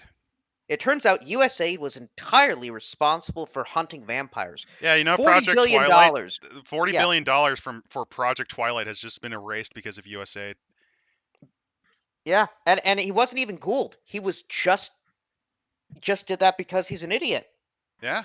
So the entire Second Inquisition is gone. Which, you know, they handled it poorly, but again, really interesting shift to the meta plot. So if you liked stuff from Vampire 5th, this is why the Vampire 5th fans are fucking tantruming. They hate this. This would be like here, like if in Age of Sigmar, which does every edition have an apocalyptic kind of setting thing that somewhat resets the board, but it's Planescape, so it kind of works. Well, no, it continues on. The reason why certain factions appear and are now still present is because of the actions that happen in that edition. You know, like actual geography has changed. This would be like, no, it's just reset. Everything's back to the way it was in first edition. So what happened was Paradox saw the sales dwindling because Vampire 5th never really sold that well after the first couple of years, right? So what happened was they're trying to get the old guys back because it clearly, after they made a bunch of other splats, it wasn't selling. This is their attempt to wipe the board, but they overcorrected. Also, for those asking, like, what is this for? We are getting to this. It's a build-up process. Yeah, you have to understand. Also, notice how banal this is. It's all black and white and clinical. I mean, fair enough. This is an alpha test, but still. This is not, you know, I don't know. Maybe they could have sprung. Doesn't the apocalypse thing happen in D&D as well? Yeah, you're actually right, Nicholas. It does. We'll get to that. Well, I believe in the D&D thing, they do explain that apocalyptic shifts happen, which is why the That's rules how the change, additions. Yeah, that's how the additions change usually. which at least fun. It does. Yeah, I'm fine with that. But we'll get into that because oh god, But here's the thing: we don't have to worry though about surveillance because AI slop exists. this is their cope and excuse to of ignoring everything that happened in the Second Inquisition. It was just We're all hipping. AI. Hey, just like a random Nosferatu lick. Grok, help me make fake news to say vampires are fake. Admittedly, it just would be fun if it turns out Elon Musk was responsible for all this destruction. No, I would fucking hate. Was the Greta Thunberg push in 5th edition Werewolf good? Did you like that? Do you really want that? That's No, gonna date that it fucking just book, dude. it, yeah, it's gonna date it. It's just at the same time, Ugh. the dig would be funny, No, it comes but off as also pathetic when you do it. I guess the funny for me is USA being behind I mean, vampire that hunting. is a funny shit post, but it locks it within the era, which that's not a good idea. That is, yeah. This does though. Afterwards, though, we can see We can the skip the basis of lexicon because yeah, let's be fair. If you play Vampire, this is all stuff that it already exists. yeah. But you'll notice though, with our clans, we've got Banu Hakim, No, I Bruja. want to cover a couple of other things. They attack action. Interesting. That's more of a D&D way of saying things. Called shot action. So called shots do exist in the World of Darkness. It's in a random splat because the World of Darkness is a fucking nightmare that you have to read like 100 different splats for unless you're doing the 20th anniversary editions. But called shot's a thing. It's just the problem is that there's going to be more D&D style analyses here. Also, conditions are a thing which is stolen from D&D. Keep that in mind. And rather than calling aggravated damage, they're calling it baneful damage, probably because it's stolen from something. Cover exists, so they are turning this into D&D. They are mechanically making this much closer to D&D. Also, Nicholas Liu say, I thought second edition were a bunch of rogue agents. No, they No, no, weren't. no, It was the no. government's. It's the entire departments of the government. Listen, and it wasn't any. It was the EPA. It was the U.S. Postal Service. It Also, was U.S. quickening is the momentum. Quickening is momentum, and it's the equivalent from the story I'm path joking system in there. Modiphius. I just wanted to shit on it because it's really fucking Yeah. terrible. Hypothetically, you can play Elders though, which is definitely better than 5th edition. They never bothered to come up with Elder play. They actually only did up to Ancilla, so Suffa. What was that series of movies where it's like they woke up in Vegas after a night? The Hangover. The, the Hangover, but elders. That I actually came up with that as a fun chronicle idea. Well, now that we have this whole after them getting hollowed out, it's like, wait, what happened in the Middle East? And why are there 5 Bestets in our room? But we've got here our clans: Banu Hakim. Assamites are back, Bruja are back, Gangrel. The Giovanni, they got rid of Clan Hecate. If you're curious on why, I will tell you why. One of the people involved in this are big Giovanni fans. And this is just supposition. This is not treated to be anything genuine. But I think they had a weird romance thing with the Giovanni as a whole. Take it as you will. This is a supposition, Yeah. though. This is But we've just got what I recall. It is probably not the case. I just know that one of the developers is a big Giovanni stan, and that's why they're getting the big glow up again. we've got La Sombra, Malkavians, Also, Ministry, notice that Tenebration's gone. Also, hey, you see what's missing in Gangrel? Yeah, Protean's gone. Sorry. Protean. Where's the Protean? Tenebration's gone. Sorry. Oh, and if you're a fan of the Setites, if you're a big Setite stan, Serpentis is gone. I'm sorry. It's just gone now. Ravnos, Salubri, Toreador, Tremere, Zamisi, Ventru, and Caitiff. Yeah, they got rid of Clan New Blood too. Oh no, the Duskborn are still there. Is that the terrible video game with the song like "We're the Dustborn, we're not the new porn" or whatever? No, that's Dustborn. Listen, there's Bloodborne, which is an actual good video game. There's Dustborn, which is a terrible video game. And then there's Duskborn, which are 14th and 15th generation vampires. Oh, and hey, the Salubri are back again because one of them are also a fan of the Salubri. But now Also, we have notice the Tremere have more power because guess what? So several clans actually do have 4 disciplines now. Why does Tremere and Zamichi get 4 disciplines? Could it be because there's a big player base for them? Specifically, the Tremere got a big glow up in 5th edition. A lot of new players fucking love playing the Tremere.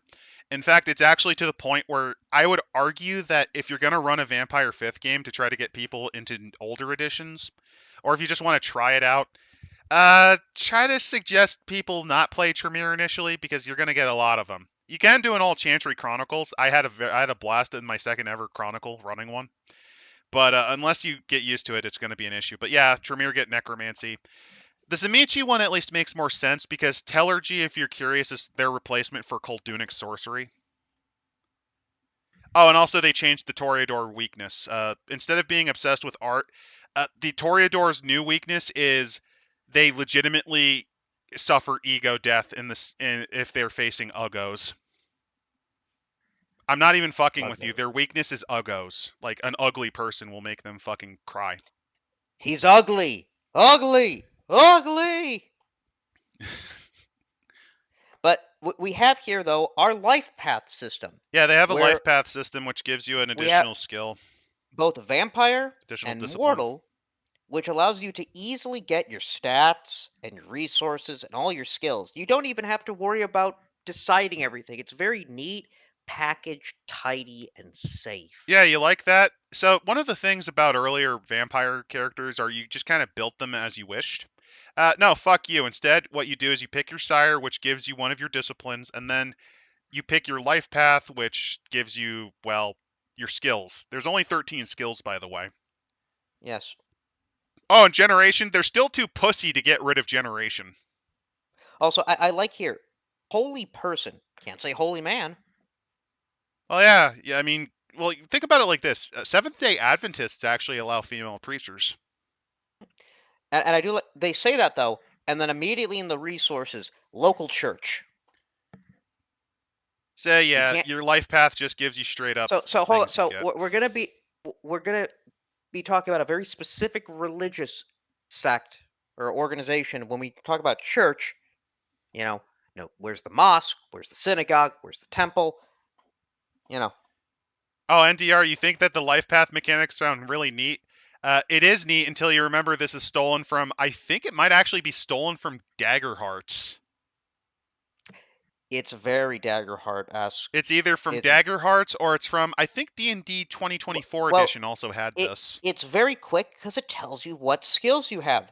So, what skills do you think you would have in the military? I just don't like how Well, they're no, no, no, just no. making it like I'm this. asking. I'm asking you. Without looking, what skills would be military? Well, we don't have the skill list right now, so I can't really tell you.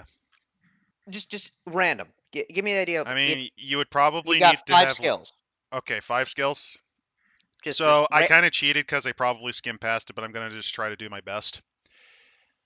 Well, obviously you need to master some firearms training because most people are rated for that. I would say Mhm. leadership as well. Athletics because you do need to be able to survive things fairly well. Given how military guys usually at least need some form of, I mean, does that include like mechanics? I'm going to include mechanics or some form of technical skill. And last but not least, melee weaponry because you have to learn CQC. So you've got most of them. Athletics, fighting, medicine, first aid, shooting, heavy weapons, survival. So That's more somehow, of a medic. so their military is a medic that's also, I guess, able to, learn heavy firearms training. The life path could help new players build characters. Yeah, they're You not know, incentivizing that. you know, We'll get you into know. what the character sheet looks like. So There's only so that's 13 the only thing for skills. military. You can't be JAG. You can't be NCO. You can't be Military police. infantryman. You can't be military police. No, no, no. Explosive ordnance department. They Yeah. have bomb No diffuser artillery. squads. No Air Force. No Navy. No, like Now people are trying. Now you guys are trying to justify it. You're being hopeful. I'm sorry, but I'm of the school. I'm a cynic by inclination when it comes to entertainment. You're going, but you don't necessarily know that the chef is going to spread its butt cheeks and just unleash a wave of diarrhea on your plate, and the waiter's going to spit in your face. We've been going to the restaurant for 10 years, Yeah, and we I'm haven't not had a giving decent them. meal. I can see the chef's hat. I can see the chef's hat. He's clearly standing on the table. He's doing it, and it's the same fucking waiter, and he's giving us a smirk. I'm not even gonna fucking play this game. But then we have our attributes, and attributes have remained the same. The attributes are actually stolen. They are actually stolen from V20th. I mean, it's the same company. Yeah, but it's like this isn't that's one something to you reward. can't dig them on. That's literally I- the I know, but this isn't anything new. I just want to highlight that the only thing they did was they kind of made it more generic and lame for the 5th level. The 5th level dots got rid of their jokes. But we have for our skills athletics, awareness, craft, expression, fighting, investigation, knowledge, medicine, persuasion, sabotage, shooting, subterfuge, and survival. Yeah, these are all your skills. Notice how much less you have than compared to any other version. No drive. Mm-hmm. No animal ken. No enigmas. No streetwise. Nope, no streetwise. They got rid of And alertness. By the way, the reason that alertness and awareness were two skills was specifically because one covered supernatural and the other covered mundane perception. I don't see here anything that, like, for the survival. You think, like, streetwise might be under survival. No, there's no empathy. There's no subterfuge. There's no leadership skill. Yeah. Empathy is now I guess a proficiency of awareness. Life path and a sire type are a decent idea. I mean, they could be. That would be. Here's what they could have done. Sire type I like. I like that as an idea. I kind of don't, but that's just because people can abuse that to get a 4th discipline dot. Then don't use it to get then don't have a rule that gives them a 4th discipline. Instead, it might shape your behavior and mindset. There's also the problem that your sire kind of gives you a random discipline. It kind of ignores the fact that clans are by their nature restricted to their disciplines until you pick them up later. I'm just not a fan. Yeah, there's no skills. There's no skills for sneaking and hiding. Thanks for catching that, Malakio of the OSR. There's none. You're right. Yeah. Suffer. I guess it would be subterfuge. No, there's no subterfuge. No, there is. Oh, there is a subterfuge. Yeah. That's under your only that option. Is deceit, disguise, skulking, sleight of hand, and stealth. So if you're curious, what they decided to do is they stole from Scion, because Scion and later Curseborn also does this. It's called the story path system, and what happens is after you get a certain amount of dots, you then branch your specialties, and it's supposed to make your characters more customizable. I personally think it makes the sheet more of a pain in the ass to manage, and I just see it as a downgrade from just playing straight up Vampire the Requiem 2nd edition.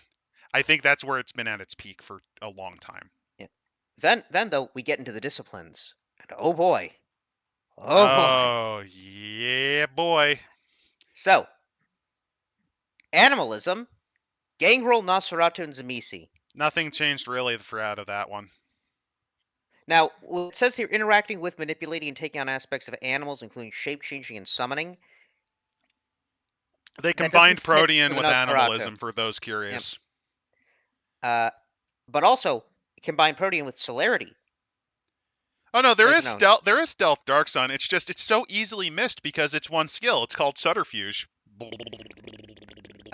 Then we have obviously Auspex, which only the Giovanni, Malkavian, Salubri, Toreador, and Tremere get.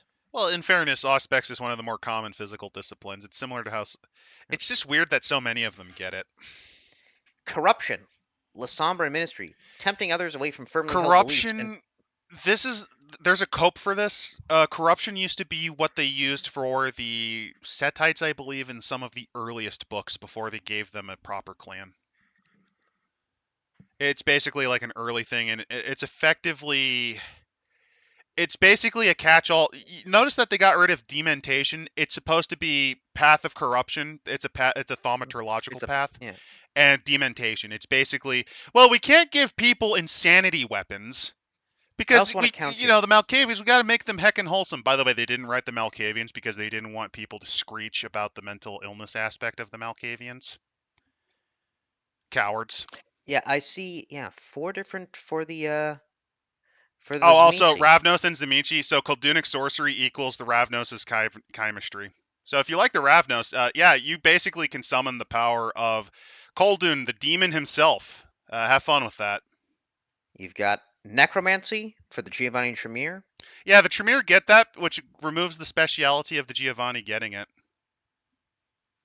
Because the entire Not thing only of that, Necromancy was it was supposed to be kind of a Giovanni Cappadocian thing.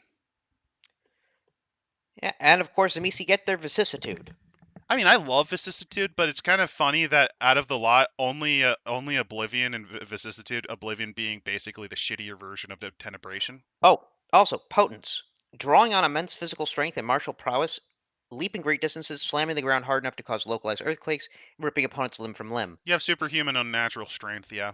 Bruja Giovanni? La Uh, Sombra and Nosferatu. Wait, what? They What? gave the Giovanni Potence? You sure they didn't mistype What? Gangrel? No, what the fuck? Okay, so the Giovanni, their big thing is Necromancy, Auspex, and Dominate. Why do they have Potence? Oh, they don't get Dominate anymore. No, instead the Then just Tzimichi get give them Dominate. Fortitude. That was the Cappadocian ability. Cappadocians got that instead of Dominate. What the fuck? Yeah. Nope, Gangrel get Fortitude though. Do you want to know? Do you want to know why the Cappadocians got Fortitude? There's a logical reason for it. Because they're more corpse-like. The idea is their dead, stiff flesh can resist more damage because they're bone-like. You could have given that to the Giovanni, and that would have been. That actually pisses me off. Also, NDR has. I didn't even see that. What the fuck? Has completely hit the nail on the head. The entire reason they've cut down skills, they've done this. They made the merits, simplified that. When we cover the discipline, when we cover the special ability each clans get, yes, you will see it's written like D&D.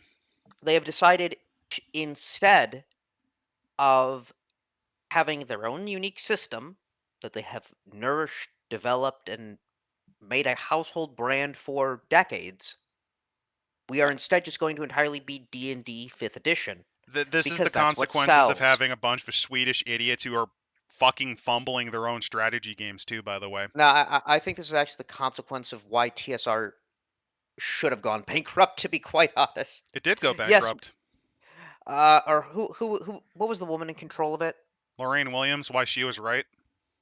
Yes, why she was right. Because, and I'm saying this, D&D 5th edition is the crack cocaine that has destroyed the TTRPG community because of its success. Because so many people have grabbed onto it. Well, that's Wizards of the Coast's fault. The Magic the Gathering guys have a lot to answer for. And unfortunately have never decided to evolve, and so instead everything must contend. Oh yeah, the Giovanni had Potence in the very first edition they appeared in. Yeah, I don't acknowledge that one usually. It's a cope. It's a cope. Yeah. Every RPG must contend and contort to D&D 5th edition, not realizing that none of these people... Well, in this case it'd be 2024 edition. Yeah, who have dedicated themselves to playing not any of the established realms or rules, but their own homebrewed system, they will never leave that. So you can never get them to leave that. There are These two people problems are with this. hopelessly lost in the addiction that is homebrewed D&D. Correct. There is one other problem, by the way. There's two, actually. Number one, if you're going to be more D&D aligned, you have to change the dice system. Because there's no way in fucking hell. And that's why, did you know that I actually contemplated adding the D&D add-on? Because they're collaborating with fucking Hasbro on this. There's a D&D add-on which adds the fucking vampires to it. Like, it's a Vampire the Masquerade add-on to the D20 system. Official. Why the fuck are you making your own version? I'm actually ranting and walking around my room right now because it's like, I am face palming. I had to read through that. That's why I'm not as angry as you are. So for those wondering, Paradox, because they don't understand this IP, which is mentally deficient, that is actually fucking stupid of them. Because you want to keep in mind, Paradox started as a board game company. They started as a tabletop company. They converted a fucking tabletop game into Europa Universalis. That's their origins. And they don't fucking get this. So what they're doing is, oh no, Vampire 5th failed. And they didn't acknowledge or accept that it's all because of the writing and meta plot and their stupid attempts to try to shove their fucking angle into things from Renegade Games, or the fact that they only ever cared about Vampire. No. They go, oh, is it our fault that we mismanaged this IP by constantly picking the stupidest fucking people to shepherd this? Because we are the equivalent of Warner Brothers? We are the dumbest company in gaming right now?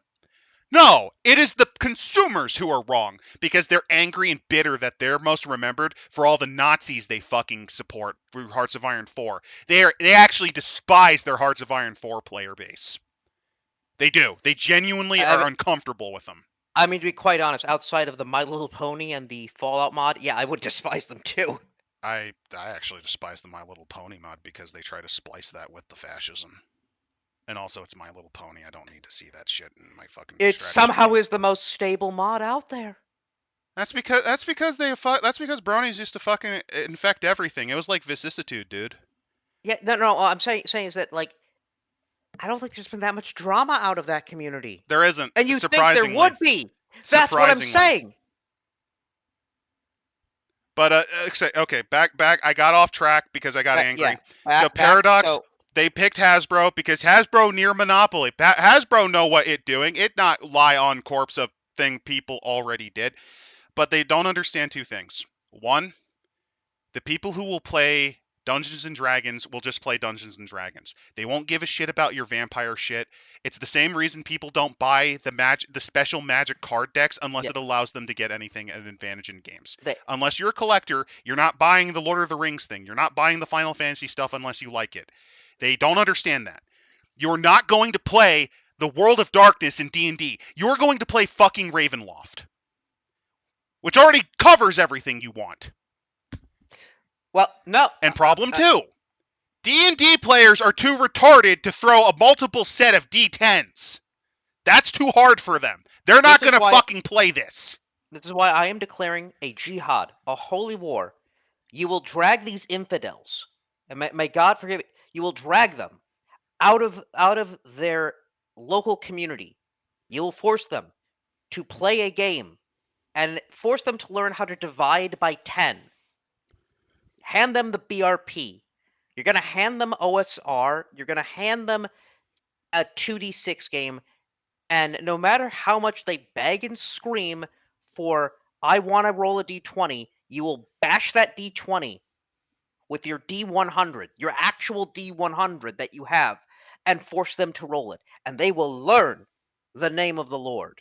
And they will learn that there is more than just D&D out there. They're not going to want to play because there's so many other D20 games they can play. It's like, or instead just have them go completely crunch and actually learn how to use numbers by playing 3.5. So, from Malakia of the OSR, most reviews of the VTM product for 5.5 say it's fine as a standalone game. Yeah, who cares though? No one's going to play it. They're going to play Ravenloft because that in D&D, the adventure modules that they're going to give a shit for the most part are the ones that already have been established. That would be stuff like Ravenloft. They're actually going to push for a Dark Sun expansion, which is hilarious in my opinion. But they're going for Dark Sun, Faerun, Eberron. The World of Darkness is already kind of out on the inside looking in. You're not going to get people who play this. This is fucking brain damaged. Like I think we're getting to the stage where we're just going to hit our highlights. Like, no, I want to go boot to ass on some of this. So, right. I'm actually angry enough. I have charted at least another. I am willing to do one more hour of this just because fuck this book.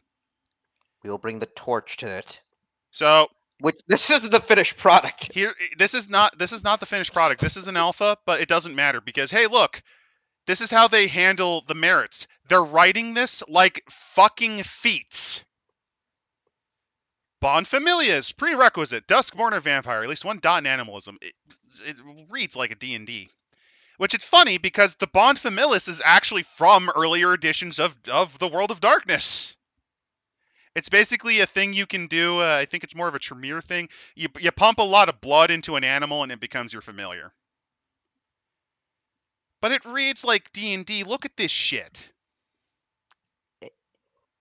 Ugh. It's styled like Dungeons and Dragons. This looks like the stuff you'd see on D&D Beyond. Which actually means if you're really unlucky, Paradox might be buck broken enough to actually force you to go on Hasbro's shitty fucking virtual tabletop Oh, and use it instead. They might be that desperate and I brain think they have damaged. something. Also, Dark Sun. No. Look online. There is a new Dark Sun coming out. Mm-hmm. Would I can really hear lie your about something screams of like that? anguish right now. Would I you can really hear them. think I'd lie about that? Now, if we said a Mystara, They're not gonna do Mystara. they're not doing Mystara. That's a lie. They're not gonna do that until they're desperate. Like they're about to chapter 11. The person's contemplating just mounting the shotgun and pulling the trigger. Yeah. We'll read. We're gonna do a more We got to do the racist version humanity of skill. No, we're doing a more racist version of Oriental Adventures. That will get the chuds to play us.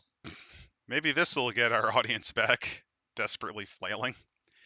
So the humanity skill, they have only a few natures. They got rid of most of the natures, by the way. Notice there's no monster or penitent or sociopath. No. You can't be a bad guy. You can't be a bad guy. It's autocrat, bon vivant, bravo, galant, perfectionist, romantic, scientist, and survivor. Now you could say, but they'll just add stuff onto it. I don't know, man. They're gonna probably try to simplify it because one of the big changes with tabletop gaming, and it's why the World of Darkness kind of always struggled. So here's the thing, right? Who do you think buys most of these books? It's the storyteller. GMs. Yeah, it's the storyteller, GM, DM, master of ceremonies, whatever you want to call it. And because of this it's not a highly expensive hobby, but because of piracy and other things, do you really think you can get away with making a lot of books and still making a profit off of it? So what they've been doing, especially since more choices make people less willing to try it, is they're just trying to cut the choices down because they literally assume that you're too stupid to math. One of the worst consequences for Hasbro was listening to, I think it was, what was his name, Mike Merrill? Mike Merrill had a belief that if you were not a traditional tabletop gamer, you need things to be simplified and dumbed down to your level. He was genuinely of the belief that gay people were too gay to do math. Women were too womanly to do math. Black people are incapable of doing math. It is an expansion on what he actually believed, but he basically had the bigotry of low expectations for those people. And that's what he wrote at. Yeah, we know that they can't listen. They're genetically incapable. You're able to add a bonus to a D20 die. Bravo! It gives you a gold star. Oh, Tech's not here to save you, Dark Sun. No, Dark Sun's screwed. I posted it in our Discord. Yeah, we have a Discord, by the way. Also, if you want Onim people, I link to it. I'm not linking to this. Yeah, yes. Mike Reynolds is working on the new Rune Quest. It's a thing. I don't expect it to everyone be. wants to. Well.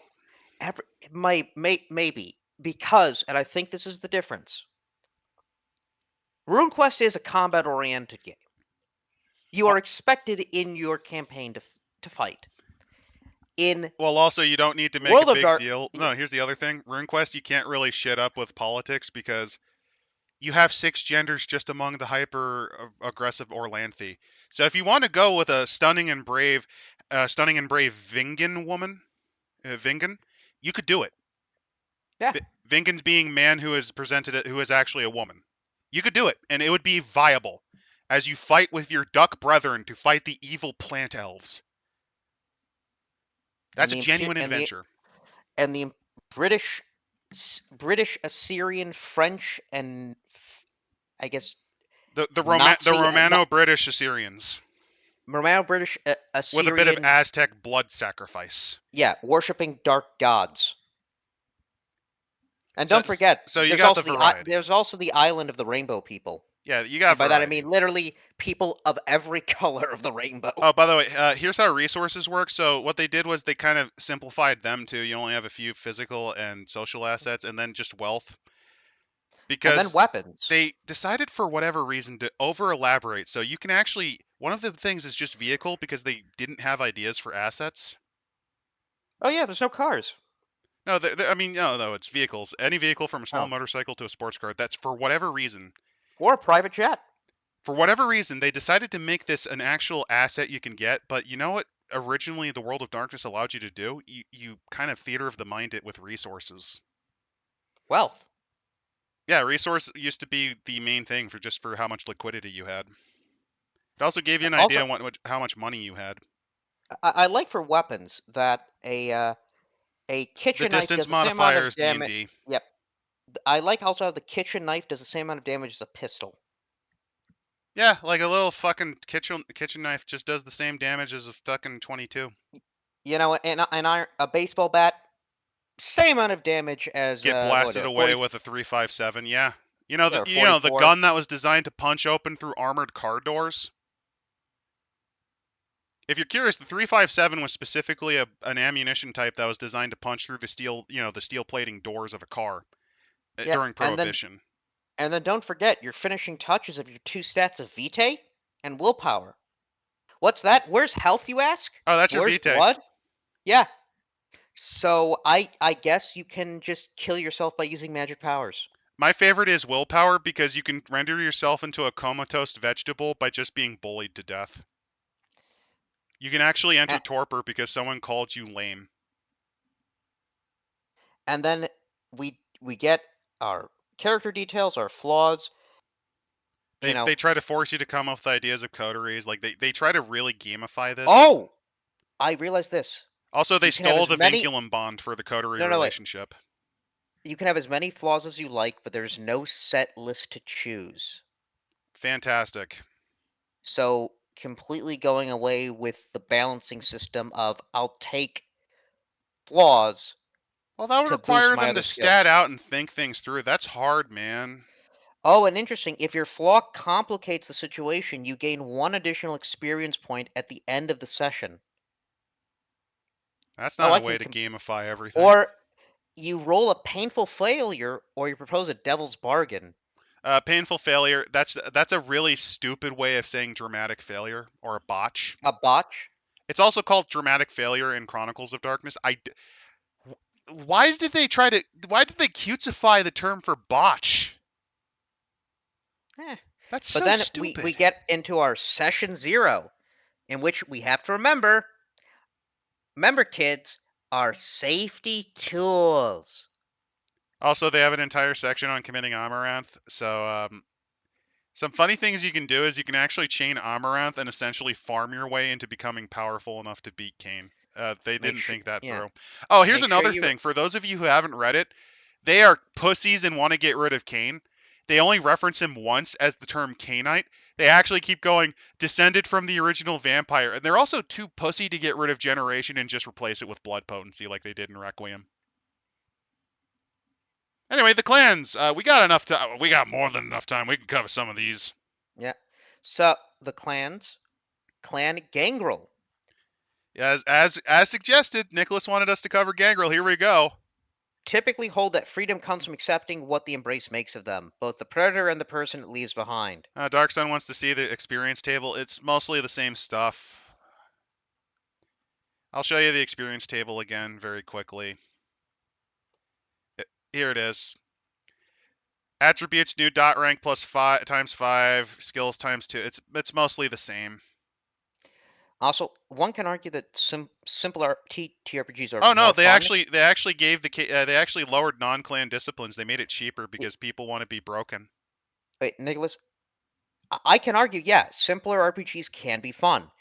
The problem is that this is a game that has some modicum of No, it's not even complexity that. to it. If you're crying because Vampire the Masquerade's the easiest of the fucking splats to understand, and it's one of the easiest systems to learn. It's so easy you can do it as a fucking LARP.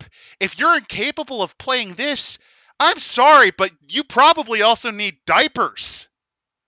I think you need a helmet too. If you're not capable, this is easier than D&D by a country fucking mile. If you're gonna say this is too hard, break your fingers and eyes. Don't even fucking look at this scene. Go away. You're not capable of even operating a vehicle, let alone a No, table. no, you need in. You know how people will cruelly spam, like, if someone's epileptic, they send them those like flash things. If you're as cruel as that, you send Phoenix Point to these people. Oh god. It just But kills if them you on are not sight. capable, because this isn't like, okay, let me go through this. The game system got more complex depending on the split. Vampire was the first, so it's the simplest. Werewolf is a little trickier, and here's why. Because you have to balance your Gnosis and Rage, and you have new skills, and it's a little more fiddly. It's not by that much, but it's a little bit. Mage, that's a tricky dicky deal, because you have to chart your spheres, and you have to think through what they could do. You have to Which yeah, actually think about that.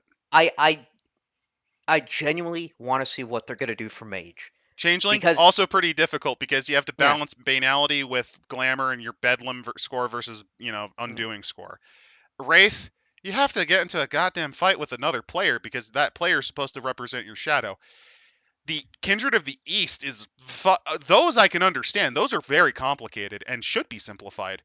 But a vampire, to go in sandwich terms. Let's go through sandwich terms. I'm going to use hot dogs because hey, Chicago style.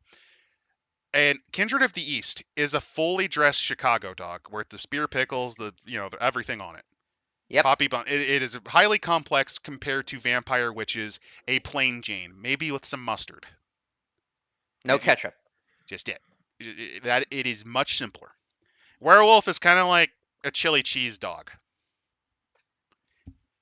It is difficult. It steps up. Some of them can definitely be decomplicated. But if you're complaining about Vampire, break your fingers and never pick up a dice again. Never pick up a die again. Never pick up a D10 again. Get the fuck out. If they're saying, if there's, I yeah, don't I care don't if know I'm gatekeeping. Get the fuck out. You're how not are they capable. homebrewing. Wait, how are they homebrewing D&D then with sign language? Or not even No, that's sign too hard. grunts. With just grunts. Just, Grr. just ERP. Just ERP on F list or something. You're too stupid for this. I'm sorry. Go I think away. they're too stupid for ERPing. How are they alive? Are these the Autumn people? Did we find the Autumn people? God damn. No, I'm not disparaging the mentally challenged. We had one run Doge and cut USAID funds, and I can also tell you I have actually seen and run games with people with cognitive disabilities. Yeah.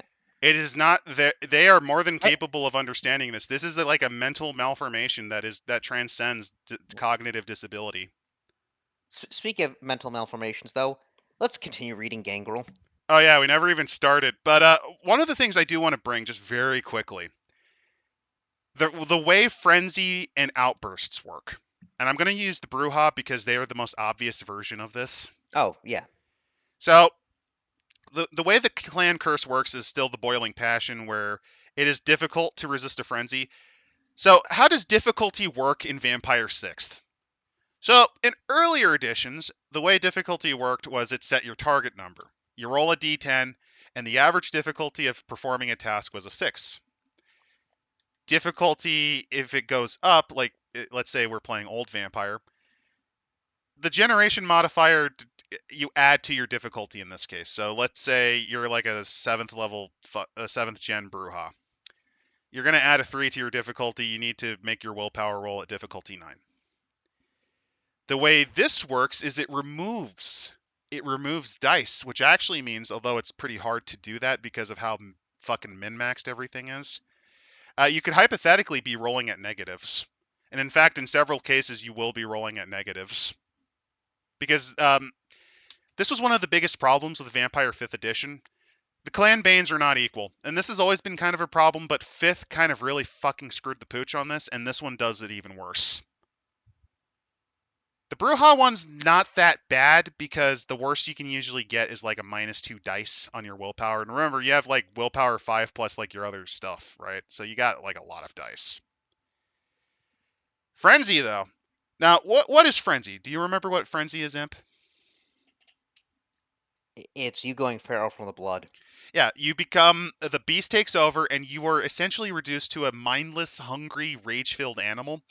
That is, it's not a reflection. This is not like your shadow and wraith. You know, your shadow and wraith is usually your darkest aspect. That's not that. You're not capable of those thoughts. It is malign animal. Like you're angry at someone, so you lash out and try to kill them. Probably not even capable of making speech. Not so here. In this case, it's they actually just have what's it? They have ODD. They have oppositional defiance disorder, the Bruja. So their frenzy is literally just going, no, I don't want to do it. No, I'm not going to listen to the man. Or alternatively, going full boring modern comedy.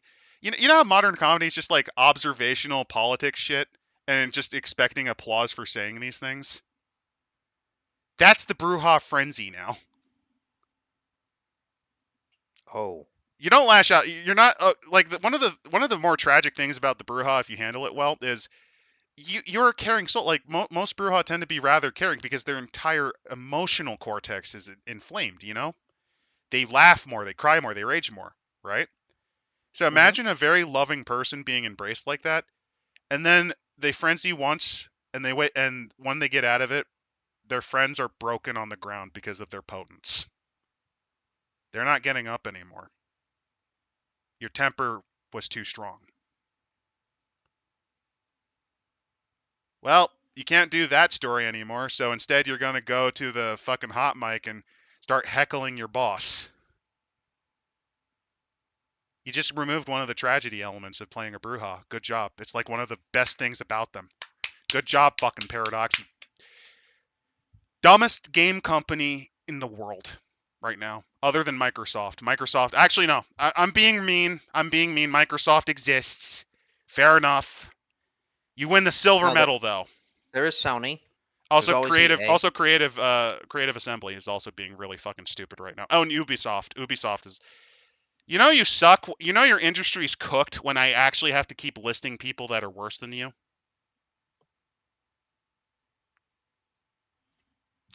All right, back to the gangrel. I just wanted to get into that because Yeah. it really highlights how they fucked this up. So, curse for let's see, clan beast animalistic desires that you live by instinct. Curse. You want to poop in the woods, basically. Yep. You gain a number of characteristics equal to your generation modifier. If you reduce it by one, if you ride the wave.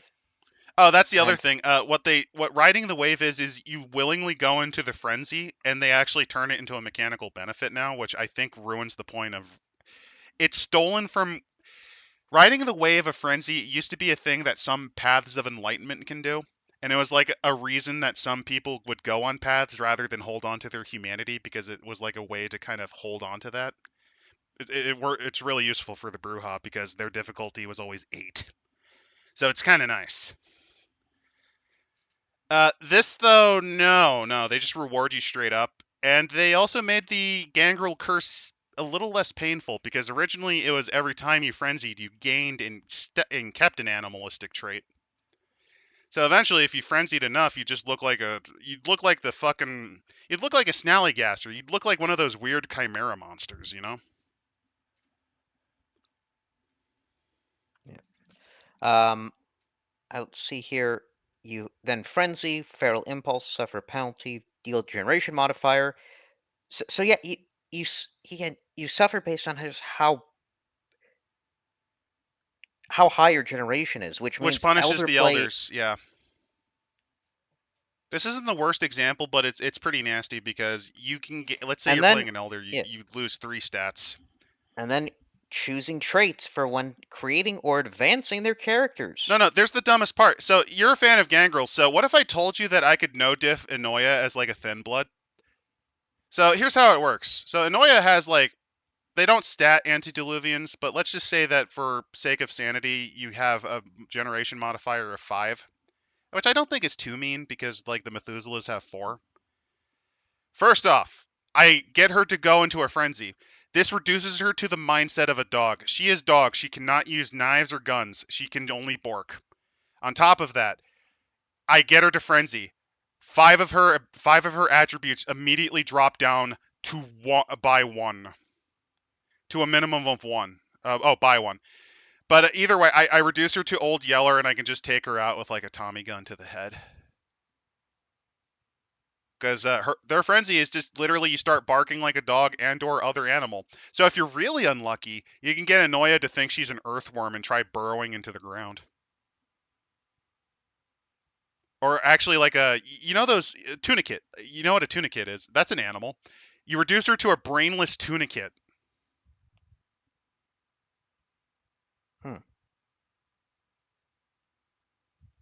Oh, also the traits you get. So some of the things that Protean would give you are just inherent traits now.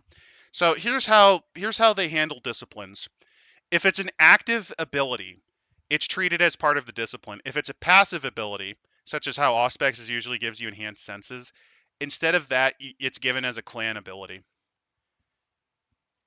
So straight up, you get as a gangrel, you can just kind of fade into the earth, no problem.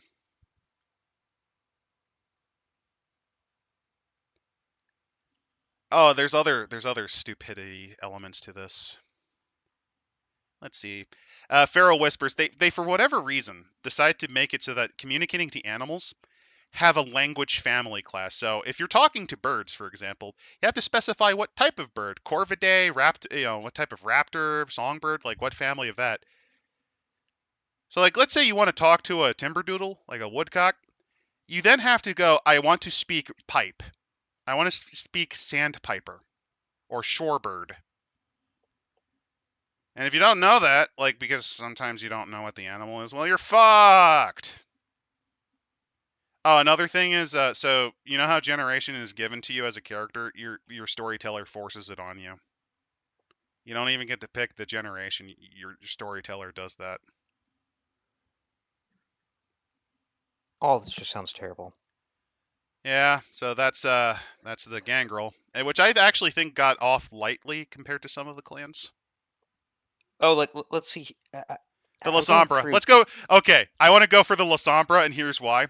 Archetypical version of the Sabbat. So what's their curse? You would know their curse as what's their curse? What would you know them as? Of which group? The Lasombra. The shadow.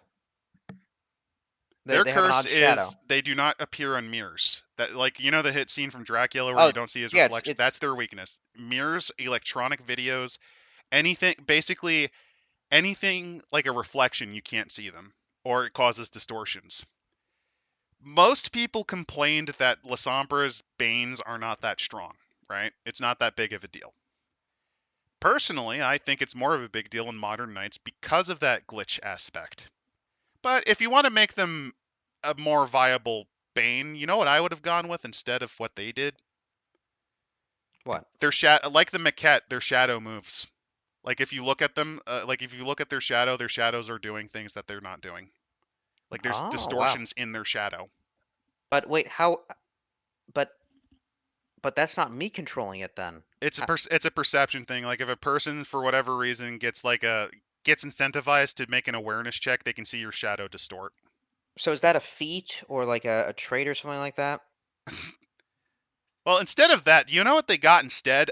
So because of the technology thing, much like how for whatever reason banality is technology, these Luddite morons decided to make obtenebration actively just brick anything electronic.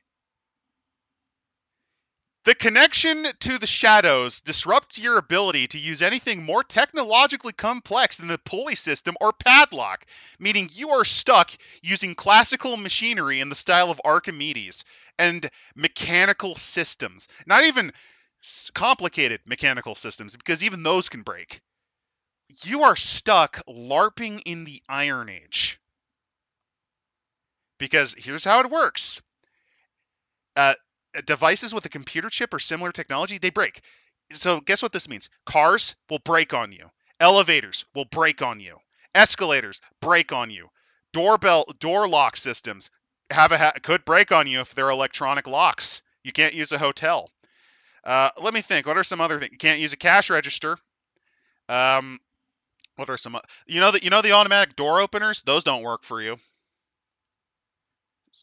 Modern tech society has all of these technological devices that have IoT aspects to them. You can't even use a fucking refrigerator to store your vitae. You you are basically trapped like the traditional mages, but like more so. Like a traditional mage uses more technology than you. You are stuck as a Luddite, and it gets worse the lower your generation is, because the way it works, you have to make an intelligence or charisma test.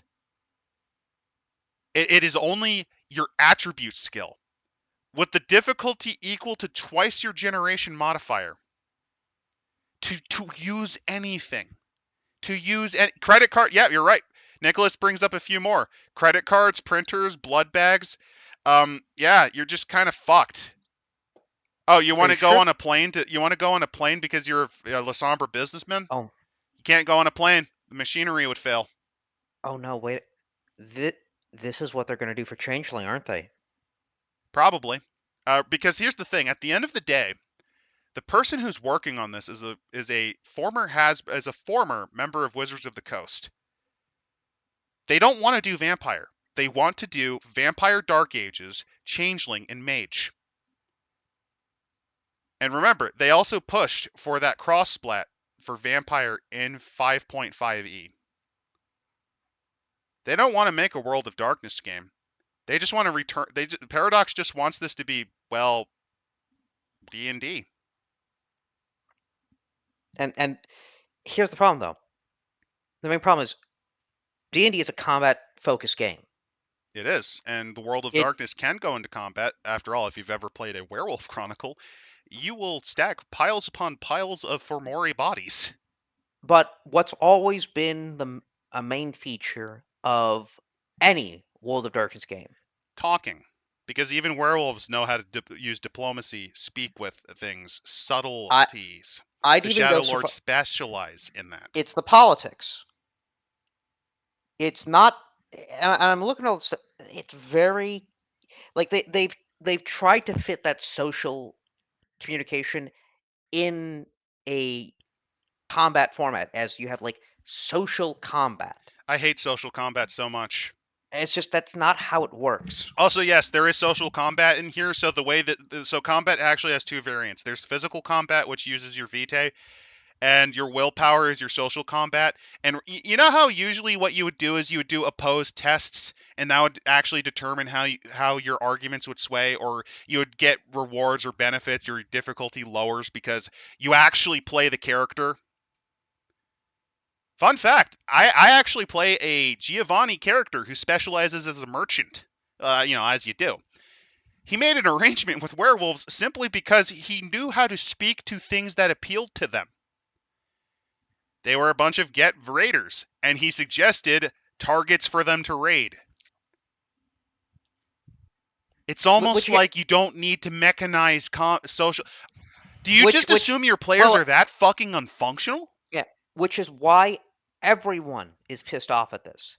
It's for the social kind of more, I'd say, theater kid kind of 5e or 5th edition. It now turns their communication and their detailed backstories into simple modifiers in combat. For everybody else, it, it's a neutering of the system that they've come to love. It's a hypersimplification in a game system that doesn't need it. That's the other thing. Also, It here's is how the tests chased, work. It's your yeah, attribute and skill minus the difficulty. So and it's let's see. on a and what do you need to succeed on? They actually don't tell you what the average difficulty is. Yeah, they don't even tell you that. No, it's on an 8. It's on an 8 plus. Which is So from Chronicles. let's see what they've taken from here. Chronicles, D&D, 5e. They actually don't They've tell you taken, what the average yeah. difficulty of Well, I a guess you task can is. make it up, but we've taken Fate, Scion, um, Powered by the Apocalypse, Modifius, Yep. because there's that drama points that you can trade off. It's every other game system out there besides the storyteller system. And it's insulting. So difficulty. Do they tell you the difficulty of a test represents how hard it is? The higher difficulty, less likely. There's no difficulty level for easy tasks or ones with no risk. What's the average difficulty? You still haven't gotten to it.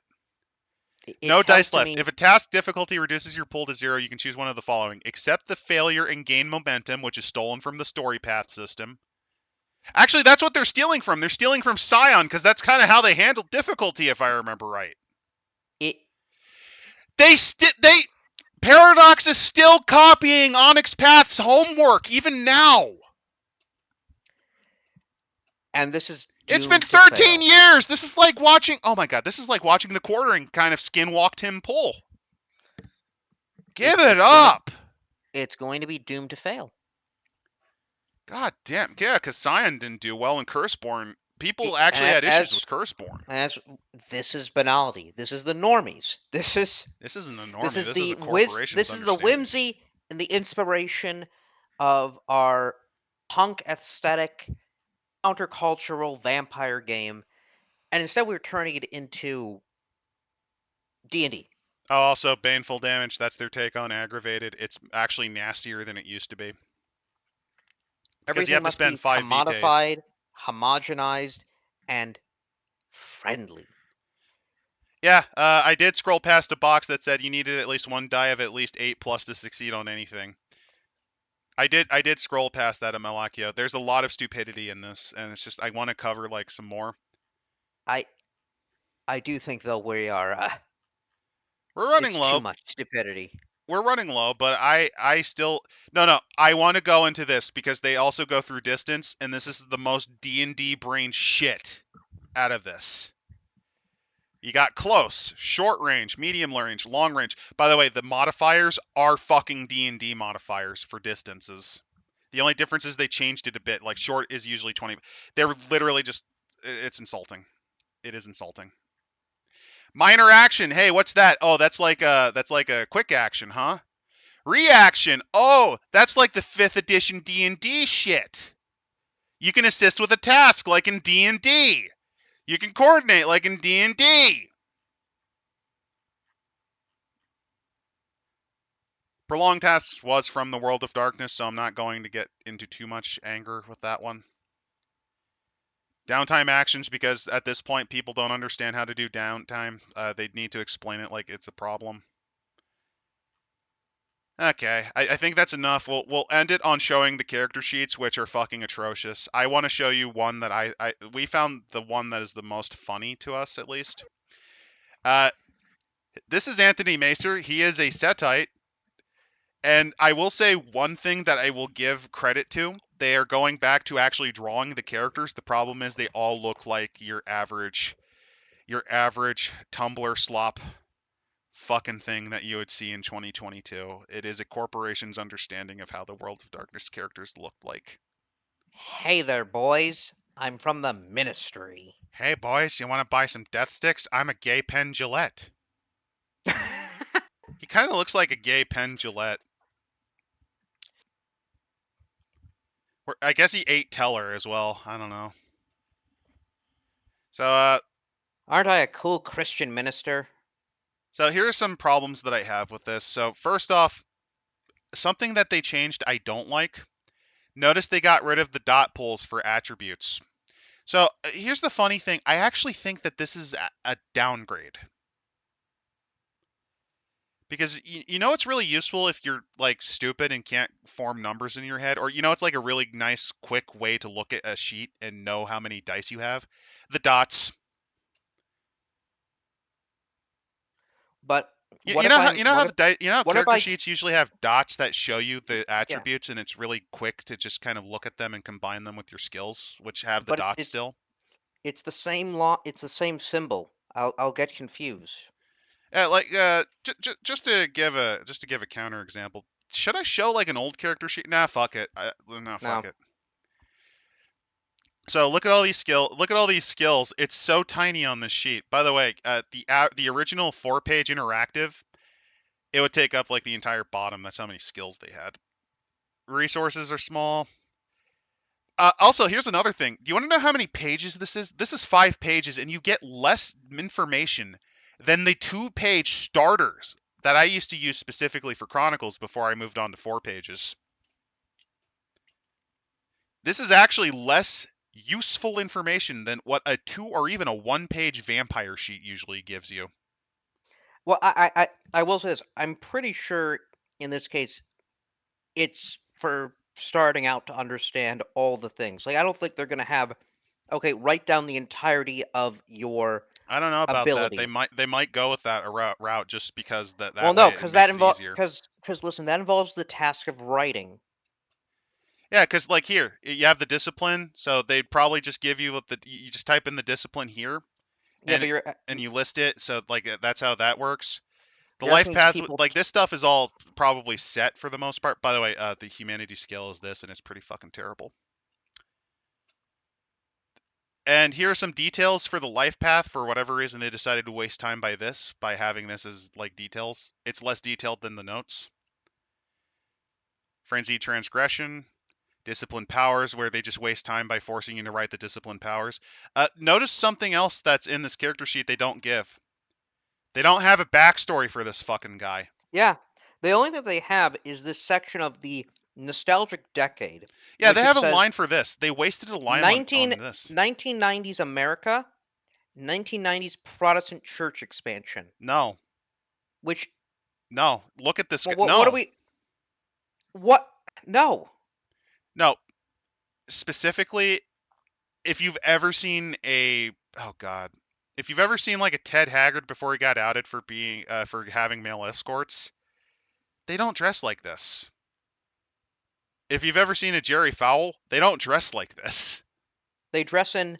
May the Kithain forgive me. Suits. They either dress in suits, or if they want to look more reachable, just the button-up shirt, and it's usually a plain button-up shirt. Sometimes with a half-open suit. What's with the snakes? Is he trying to be like a what? How are they? I mean, Revival it cult? could be a Pentecostal thing. That would be Pentecostals fun. do. Actually, you know what would have made more sense? Okay, hear me out. What? Hold on. What's that? Give him the button shirt, the suspenders, give him like a straw hat, and then have like a snake around his shoulder, like a little black racer, like a garter snake. Yeah. He looks Play him as a more like. Pentecostal. No, he looks like he should be selling comic books. He does look like the sort of person who would own an LGS and also have severe cases of Also, TDS.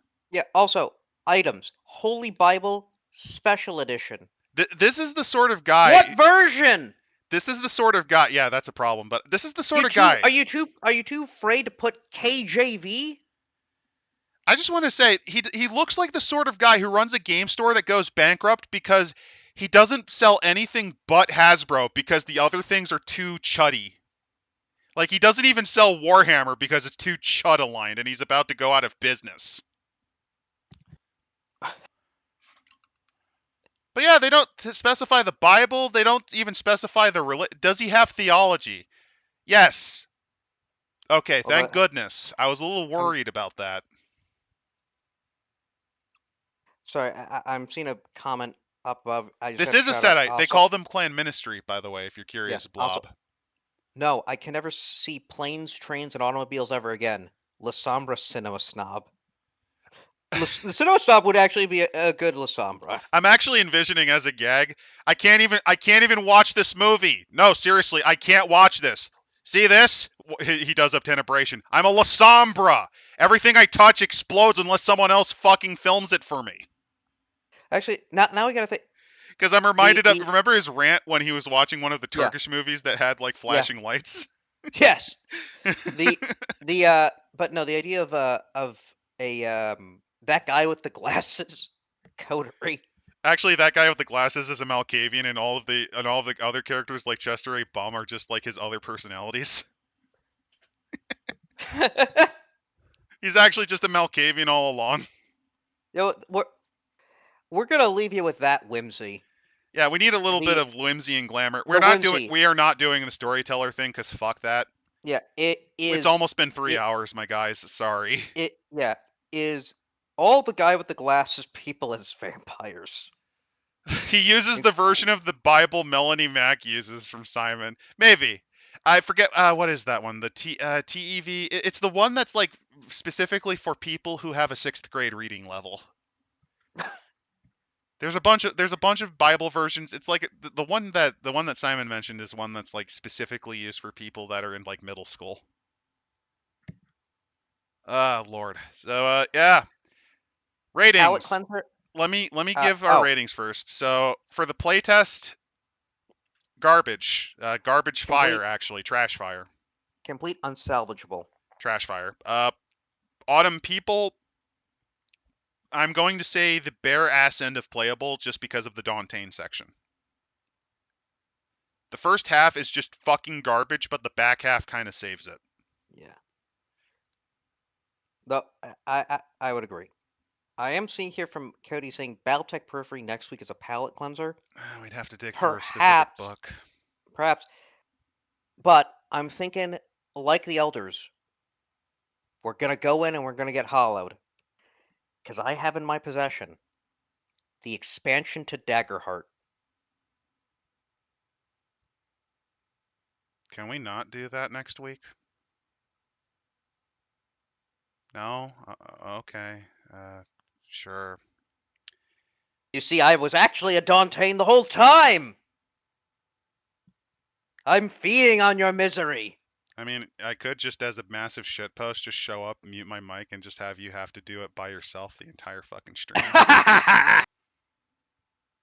Do you want that, guys? Do you want me to just, like, gaslight him and it's not even recording myself, so it's just him ranting into the void? Nobody shows up to the stream. I'm just ranting. It's like 3 hours. It's like 3 hours. It's just this cover. It's just our PNG avatars. It's just you. It's basically it's Dice Scum but without the scum. It's like Garfield without Garfield. It's just imp reacting to people who aren't there. I just call it the Malkavian episode. We will figure out what we're gonna do. I have the willingness to cover it. I just don't want to cover it next week after reading this atrocity. You know what, then? If we're doing that, what if we crack open one of the Dark Ages? We can do that, and then we can do Daggerheart. It's just Yeah. I don't want to go back to, because we covered 2 horrific things in one this time. You're right. Yeah, we deserve a Dark Arrows. So remember, everyone, get the wins in your life. Enjoy the avoid the banality, and avoid whatever 6th edition is going to be. Just keep in mind that not even God wants 6th edition, given that the convention hall opened up, like the ceiling partially failed and only soaked that area. That is God himself felting you. So yeah, next week Dark Arrows, and then fucking Daggerfall. God damn it. Okay. Daggerheart. Daggerfall's actually good. Revengeance. Night, y'all. Night.